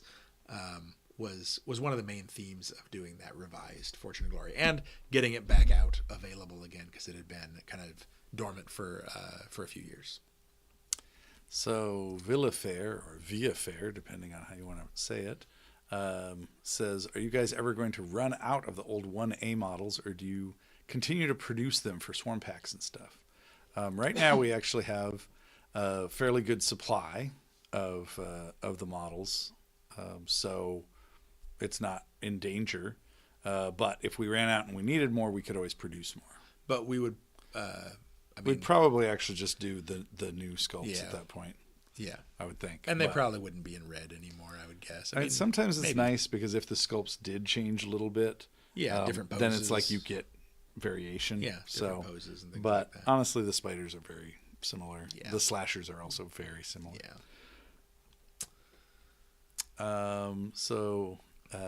I'm not sure how to say that. Hefrv Family Gaming, HEFRVI Family Gaming says, have map packs been successful? If so, will you be looking at the older Otherworlds to get a similar treatment? So I think they have been really successful. A lot of people, that's the first purchase they make. Like when they get an adventure set, that's the very first expansion they get, which is great. Not only does it give you all these new map tiles, but then there's missions too. So and the missions are have a lot of variability within them. And you get all the cards for them too, like the encounters and the map cards. Yeah, I mean, if you guys want to see more map packs, definitely sound off in the comments. Let us know. It's something that we would like to do. It's just a matter of getting the scheduling for it, the art for it, and the cool ideas for it. So. And don't just let us know yes or no. Let us know what world you'd be most excited to get a map pack for. Yeah. Turd Ferguson 04 says, I just picture him chewing gum going, yeah, that's right. Perhaps this is not the right time or place, but any update on Wave 2 to places outside of the U.S.? So there's never a good time or place for this. Sure. No. So Wave 2 for Brimstone Adventures has... for anybody who doesn't know what he's talking about, this is for the Kickstarter for Brimstone Adventures. Wave 2 add-ons. Yeah. At this point, it's pretty close to shipping complete to... Why don't we just quickly go through the different areas, right? So in the U.S., it's complete. U.S. and rest of world. Rest of world is complete. Canada is complete. Australia complete. UK I think should be complete at this point. They were just going out, I think, over the last 2 weeks. Yeah, I don't have a report from the UK hub. Yeah, but I think that they've finished sending them out to the UK. Yeah, and then the EU ones, the packing is all complete, but I think they're still shipping. Yeah, shipping to the in transit, EU hub. Yeah. So once the EU hub gets them, then I don't know their schedule. They should have a pretty quick turnaround. It usually is a pretty quick turnaround. Once it actually arrives. But it still has all of the shipping to happen first. And so we'll have that in the next Brimstone Adventures update, which is, I think, scheduled for July 12th? No, 8th is a Monday. Yeah, I think you're right. 12th. I think it's the 12th. So we'll go over all of that and the specifics of where that's at with another week or two information under our belt. But I mean, really everywhere but the EU. EU is the last holdout for the Wave 2 adventure stuff. Well, the EU is massive. It is massive. The orders for the EU is huge. So it's no wonder that it took some time to do all that packing. All right. And so it looks like we got I think the sales going to go live in 10 minutes. Yeah. 10 minutes. So maybe we should go ahead. Oh, Gesundheit. Thank you. Maybe we should go ahead and do our other announcements. I'm going to rapid fire just a couple of questions here. Any news on the Fortune and Glory new expansions? Nothing we can say right now, but they're definitely still in the pipeline to get out sooner than later. Is the challenge pack series at an end? Yeah, that is definitely not. No, there's definitely going to be more challenge packs to come. Is there going to be an Old West Allies re-release in the future? Yeah, if they're out of stock right now, they'll be back around. It's just a matter of scheduling stuff, manufacturing with the factory, and getting stuff back in stock. Regarding the Adventures Kickstarter, could you tell us how the development of Perilous Expeditions goes? It is done and ready to print, or are you guys still developing it? It's in the final stages of developing, so until we actually hand everything off, the final handoff to get the stuff manufactured, until the factory is ready to manufacture, we keep testing, we keep playing, we keep doing the writing and the tweaking and the polishing. So it's definitely still in that tweaking, playtesting, polishing phase. But yeah, I mean it's getting close. They're getting close. All right. Somebody also asked about XXL Mark 1 or Mark something Warden. I don't know that it's a question. It might just be like a demand that they want. Yeah, we don't have anything to announce on that right now, but you never know what the future holds. I saw Ethan Lowe had one a little bit further up there. Any advice for running missions or campaigns where all players play the same hero class? Any particular missions or specific heroes that would get good extra mileage from this type of approach? I actually really like this idea. I've been talking about this for a while. Yeah. I think it would be cool to have it almost be like team abilities for a type. You know what I mean? Where you could play an entire group of lawmen, an entire group of you never know. You never know what might be coming down the pipe. But yeah, I mean, there's definitely a lot of potential for running all Bandito teams or all assassin teams in Forbidden Fortress. That would be just a ridiculously powered hero party. I think the first thing that I would say is divide and have different players of that hero type play different starting upgrades. Different starting upgrades. And then kind of go down a different path. Yeah, with maybe each one. different ninja clans. So or all from the same ninja clan. I mean, that would also make sense. Have an assassin party, or like a saloon girl troop. We should have an assassin party. Yeah, It's off the hook. All right, so should we switch over and make some announcements and then answer a few more questions? Sure. Yeah. All right, so if we can go back to the slides, we need to announce this: A Touch of Evil Revised Edition. Yeah. So this is when it came time to do the next printing of the A Touch of Evil base game. We thought, you know what, it would be cool to go ahead and do like a quick refresh on the A Touch of Evil base game and start working in those changes to the card layout and to the iconography and to the rule book from the A Touch of Evil 10-year anniversary edition. Yeah. So this is basically refreshing the base core game of A Touch of Evil with all of those improvements that were first seen in the 10-year anniversary edition. This isn't a new edition of the game or anything like that. It's a revised edition, so technically it is a new edition. But what he's saying It's not is, second edition. Yeah, it's not a second edition where we've changed all the rules and you have to buy it again, and it makes all of the expansions obsolete, and none of those things. So basically, obviously we wanted to make the best version possible of the game when we did the 10-year anniversary edition, and then that was one print run and done. It's now gone. We're doing a new printing of the standard version, and we just want to include those upgrades and streamlining things that we did when we did the 10-year anniversary edition. So I just answered a question about this morning. Some people found out about it because just before our announcement at Roll to Move, because we recently attended the ACD Games Day and we showed it off there, and so somebody, I think, filmed our presentation and put it online, and so somebody found out. So the Tredarin Spy Network, I think, maybe had some people in the audience. But yes, so this is already printed and is going to be, I think it's actually on the water. Yeah. So it is set to be released to retail stores September of 2024, which is very soon. So there's a chance we might be able to get early copies at Gen Con, but no promises. Yeah, so for people that have been missing out on A Touch of Evil because it's been out of stock for a little while, and getting this new revised version that integrates all of those errata and polish and tweaks from the last a lot of years. I don't even know it came out in 2008, so or 2008. Wow, yeah, that's right. Okay, it's been a long time since rock and roll. All right, and then the next slide, I just wanted to, since we were talking about the revised edition of A Touch of Evil, I just wanted to say the revised edition of Fortune and Glory. This is a big year for the revised editions. We just came out with this in April.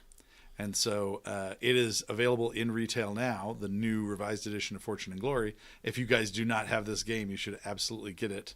If nothing else, it will prepare you for Egyptian adventures in the Lost Tombs. That's true. That's true. But I think there's another slide here that actually shows the components. And it is a beautiful game filled with fantastic adventure and lots of cliffhanger action. So that is available now. And we actually have it on sale in the web store in the sale, which should be starting in the next 3 or 4 minutes. Yeah. All right. And so then the last thing, we have a big announcement. Let's show the slide. Here it is. Dice Fest 2024. We finally solidified the dates with the venue, which is the Hilton in Bellevue, Washington. So it's going to be, we always do it in October every year. This year, because of scheduling conflicts, we were not able to get an October date. And so it's November 1st through the 3rd, but the night before is Halloween. So we're actually having a Halloween party at the venue on October 31st. And also opening registration. so that people that come the night before can not only go to the Halloween party but also register early and get the library mission, the saga mission, so that they can play that early as well, and then enjoy 3 more days of gaming at the venue, which again is the Bellevue Hilton. So Dice Fest 2024, we are not only announcing the dates, but right now, at this moment, we have just opened the floodgates, and the tabletop.events page for Dice Fest is now open. And so events aren't ready to sign up for yet. Yeah, right. The site is called tabletop.events. But if you go to the website tabletop.events, search for conventions in November, you'll see Dice Fest, and actually it may be listed under October 31st since that's the first day. And then you can actually get your badges right now. We don't have the events up yet; those are going to come later. And actually, we did not get the link to our room block from the hotel yet. So that should be coming tomorrow or the next day. We'll announce once you can actually get hotel as well. But you'll be able to get all of those on the site. So this is very exciting. Dice Fest is, obviously Gen Con is the biggest 4 days in gaming, but for my money, this is the most fun 3.5 days of gaming that you can get if you're a fan of Flying Frog games. And so it's going to have everything that we've everything that Dice Fest has come to represent. The giant size games, the painting contest, painting classes, the rock concert, the 3D boards, the throwback giant size version of throwback games. Yeah. And last year we had Star Wars Queen's Gambit giant size. Star Wars Queen's Gambit already fills a table, and it does. As it turns out, the giant size version fills a room. It fills. It's huge. Yeah, it filled like 12 tables. Which That's right. Amazing. But man, that game's so fun. And then the shooting gallery and the costume contest and the full size saloon and all of that. Yeah, with the root beer. Don't forget the mugs and the root beer. Never forget the root beer. So we hope you guys can come join us for it. Those are the dates, November 1st through the 3rd, with the Halloween party on October 31st. So those are our announcements. It is now midnight. It is striking midnight. So I think that the sale, we have confirmation from Sharky1337 that the sale is live. So I'm sure we're going to lose a lot of people right now to go to the sale. But we should probably wind down anyway. Yeah, we could probably answer a couple questions if there's any last burning questions. Like Luke asks, are there any tips for first-time Dice Fest attendees? Get well rested beforehand so that you can do a lot of epic gaming over the weekend. Staying at the venue staying at the hotel is always good because it means that you can play later into the night and be ready in the morning. I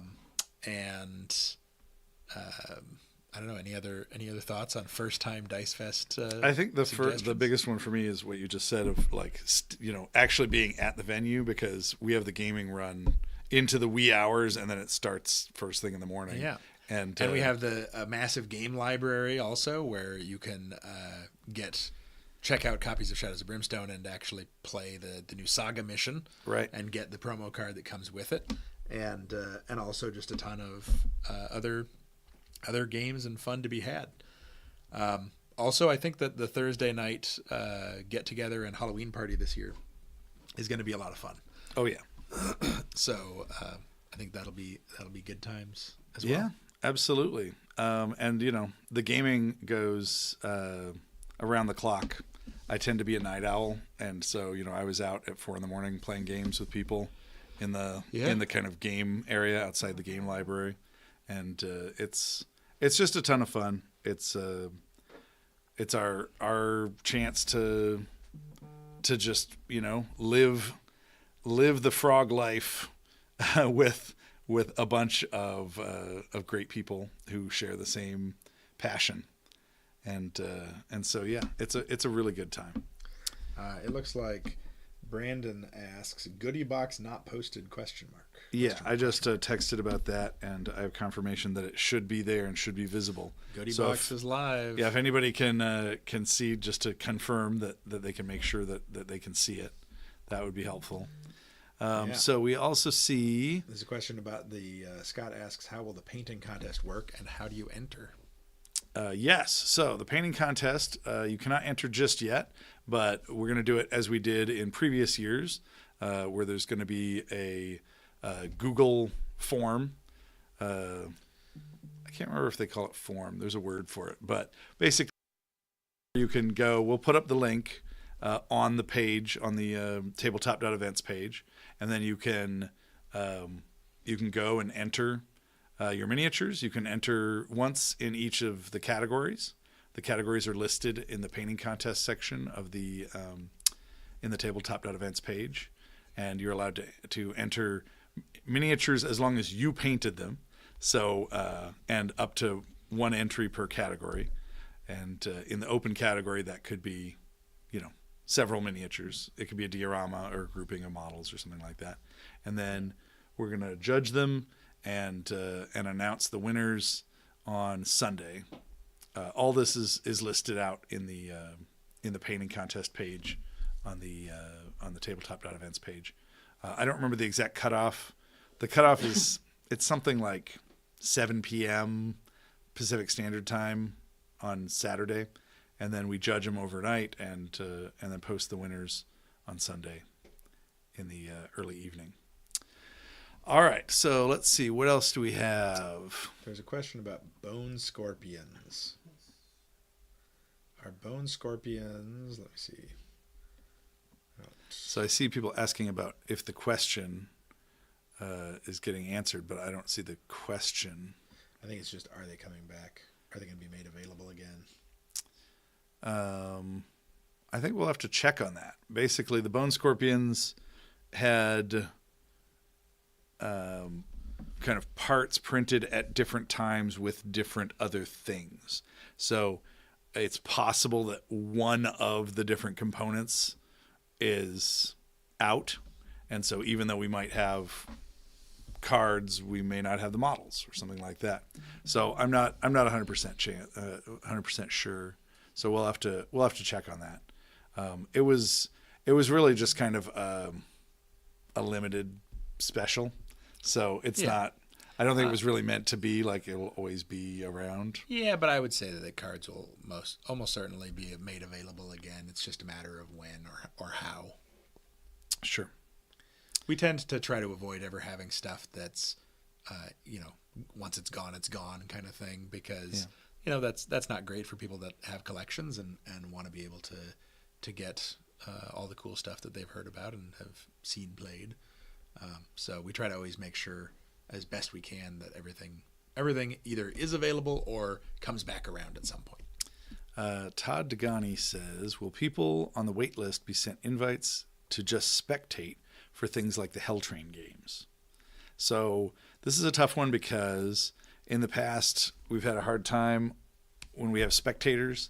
A lot of times it adds chaos to the mix, especially when there's something like a preview, because in the normal games, people already know what they're doing. They're like, yeah, I'm playing a bandito, and I know the deal. We're just kind of having an adventure here. But with the preview games, people are like, wait, so how does this work? And they want to hear every detail of what's going on. And then ironically, those are the games that the most people want to spectate, but it adds a lot of noise and a little bit of chaos to the mix. So, Jason, you're running a lot of the previews. Yeah. Are you going to allow like a few spectators in, or like how does that work? I know that it can get a little bit hard. Yeah, it can be a jumble. I'll have to look at the lists again, but we had backups? Yeah, there's a list of people signed up. Yeah. And so you would have like the next people in line. But yeah. If 50 people in line, and you I don't know how many you could Yeah, we'll probably allow for some limited number of people to come in and spectate as there's bandwidth for it, because we also don't want a situation where it starts slowing stuff down or creates a lot of chaos for the main players that are officially signed up for the event. The other thing I would say is, we're limited because all these events are run by our staff who know what they're doing, and so we're not just getting like random people off the streets to kind of run this stuff. So because the quality bar is that high, we're short. There's not unlimited space in the games. So we do ask that for preview games, people don't sign up for more than one of the same preview. That happened a little bit when we asked people like, hey, could you drop, you doubled up on this preview or that preview. Could you drop one of them? So it opens up a slot for someone else to play. And same thing for spectating. If you're going to be playing like in a Hell Train game, don't spectate a Hell Train game, because that takes a slot from someone who could at least watch, even though they're not going to get to play. So it's just, being kind to your fellow gamer, your fellow Brimstoner. Yeah. All right. And you know what? I'm realizing that as we're answering these questions, we really didn't talk a lot about the different events. So for people who may not know, the events for Roll to Move are done online. So all the actual game events are run over Zoom. It's pretty cool. It's something that a few years ago I wouldn't have thought would be that reasonable or fun, but the pandemic kind of forced people to go online, and we worked out the kinks, and we found a way to actually just have several different cameras called in to the same Zoom call, so that people can pin certain cameras and zoom in and say like, well, let me see the top down view. Okay, now let me switch and see the close up of the dice that are being rolled, or the character sheets, or whatever it is, and we send people their character sheets and stuff ahead of time so that they can be ready. And as it turns out, it works. It's really fun, and it's awesome because in any given game, there's people from all over the world playing together and entering the mines and having an adventure together, which is just really cool. So that's how the game events are played. We also have a number of Brimstone Saloon hangouts, so that you can go into the Brimstone Saloon, and that's usually manned by Chris Kemnow, who runs the web store, and he is a lot of fun. So basically people go in there and hang out with Chris, and other people pop in. Sometimes I pop in. I think Jason's been known to pop into the saloon here and there, and we'll just talk one-on-one with people and hang out. Or if we're not there, people are meeting each other and talking. Chris is hanging out and answering questions and things like that. That's what the saloon things are. The painting classes with Aaron Lovejoy, there's a lot of spaces still available for those.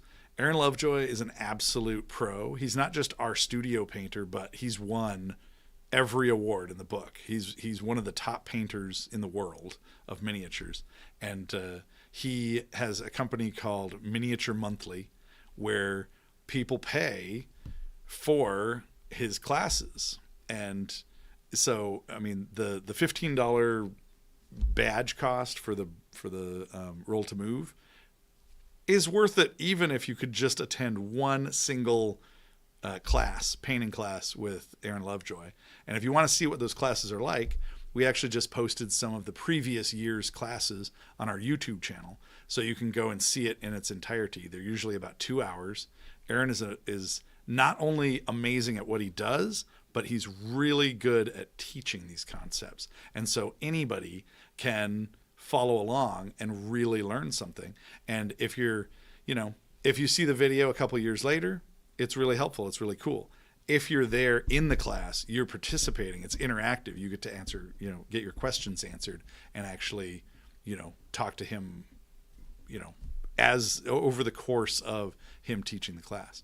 So there's 2 painting classes that Aaron is running for Roll to Move, and lots of spots available for it. I'm doing a couple sessions of an art preview, and I'm going to be showcasing stuff from the upcoming Kickstarter, the Lost Tombs of Kamontet and the Hell Train, and showing off art that has not been seen by anybody yet, and then also talking about kind of the process of how we make the illustrations and the artwork, and then of course answering questions and that kind of stuff. There's a lot of spots open in that. And then we have a big Zoom hangout on Sunday that kind of wraps up Roll to Move. And so in Zoom, Jason and I are going to be there hanging out with all comers. There's a lot of spots open for this. You guys can join in. It's like what we're doing here, but a little more conversational. Because, more interactive. Yeah, this is basically us talking. We're answering questions that pop up on this monitor, but in the Zoom thing, we're all seeing each other and we're having like a video conference chat and hanging out. Also, it's a fun way to kind of decompress, talk about the cool stuff that happened on your adventures over the weekend, and just talk to people face to face. If this is the opening ceremonies, that is the closing ceremonies, right? And we do have a couple. Kind of secret announcements to have at the end of that as well, that will be water cooler talk for the next morning. So that'll be cool too, and it's definitely a reason to join us for that on Sunday. So, I think I've given enough of a pitch, but the actual games sessions that are going. There's some really fun ones this year. Yeah, I think there's still some slots open on a few games too, right? Yeah. There's a 3-versus-3 death race in the Blasted Waste with Vikings, which is crazy. There's a mini mega game with Scooby-Doo themed heroes where you're playing as the Scooby Gang, the Mystery Machine Scooby Gang. It's some wacky stuff for sure. And there's a lot of classic Brimstone. There's a lot of classic, but those are the ones that tend to stand out. Yeah, on the 3D tables. Last Night on Earth. There's a crossover between Last Night on Earth and Shadows of Brimstone. It's called Kingdom of the Void Spiders, and it's actually playing against Void Spiders and the egg sacs as the spawners in Last Night on Earth, and that is really fun. So there's slots open for almost all the things that I've just mentioned. So definitely, if you're watching this and you're not already doing the Roll to Move, please go grab a badge and join us. We have Thursday, Friday, Saturday, Sunday ahead of us of adventures for the next 4 days. Yeah. So there is a question there. Crawling with Dungeons says, so is our dice rolling the honor system in the events? It is. Yeah. I mean, at the end of the day, we're all here to just have fun and have a good game. And so, no one's going to police your dice rolling. So, obviously being honest is better, but it is what it is. Absolutely. Another thing that's really cool about this is, when we go to like a Gen Con or Emerald City Comic Con or something like that, we're doing little demos and we have to keep it to 20 to maybe an hour max for the demos. So you're playing like very shortened games. These sessions are all 3-hour sessions, so it's like there's a lot of room to just fully play a game. Yeah. Looks like Michael Bates asks, what's the difference again between a designer preview and the Lost Tombs game or Hell Train game? Oh, well, they are all previews. Yeah, they're all previews. The designer preview basically is a preview game of something else that we haven't talked about yet. So it's... I will elaborate. Okay, go ahead. So specifically, the designer preview is with Jason. Jason is specifically running it, whereas the Lost Tombs and the Hell Train games, some of them are run by Jason, some of them are run by other people. But this one is specifically Jason, and this one's a super secret one. So we didn't want to put what it was because we wanted it to be a surprise. Yeah, it changes. It changes. What we do for the designer preview changes every year, but it's always some new content of some sort that people haven't seen, haven't experienced yet. And with like the Lost Tombs games and the Hell Train games, there is new content mixed in, and people can see how things are going and play an adventure in those games.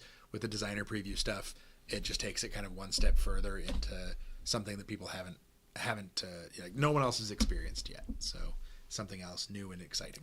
Last year, your designer preview was actually Lost Tombs and Hell Train before we even announced them. Before we announced the Kickstarter. Before we announced the Kickstarter, before we announced anything else. And so it was pretty mind-blowing to just go, people show up to say, what's this designer preview all about? And it's like, how would you like to play a game that you didn't even know about? Yeah. Yeah. All right. Well, it looks like we're things are winding down. It looks like a lot of people need to get some sleep because it's getting late. Or get to work. Or get to work, depending on where you're at in the world. Yes. So I think that's it. Thank you guys so much for joining us, and we look forward to seeing you guys for the next 4 days of Roll to Move.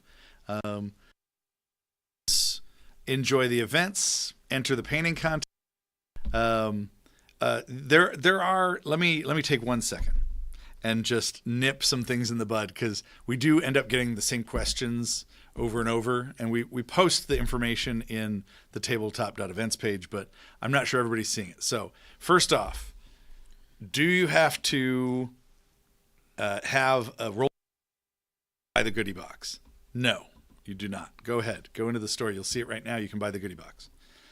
Do you have to have a roll to move badge to do the painting contest? Yes, you do. It's part of Roll to Move. Do you have to have a Roll to Move badge to do the painting classes? Yes, you do. It's part of Roll to Move. Do you have to have a painting or a Roll to Move badge to do events? Yes, you do. It's part of Roll to Move. So this opening, volley, this live stream is open to everybody, because we're talking about stuff that's of interest to everyone, but it's also serving as the kickoff to Roll to Move and as kind of an advertisement. If people don't know what Roll to Move is, we're letting you know right now so that you can, it's not too late. You can go to tabletop.events, search for the Roll to Move convention, and buy a badge for $15 and join us for a lot of fun over the next 4 days. But the other events that we have planned for the next 4 days are all part of Roll to Move. People were asking also about the Zoom Hangout on Sunday.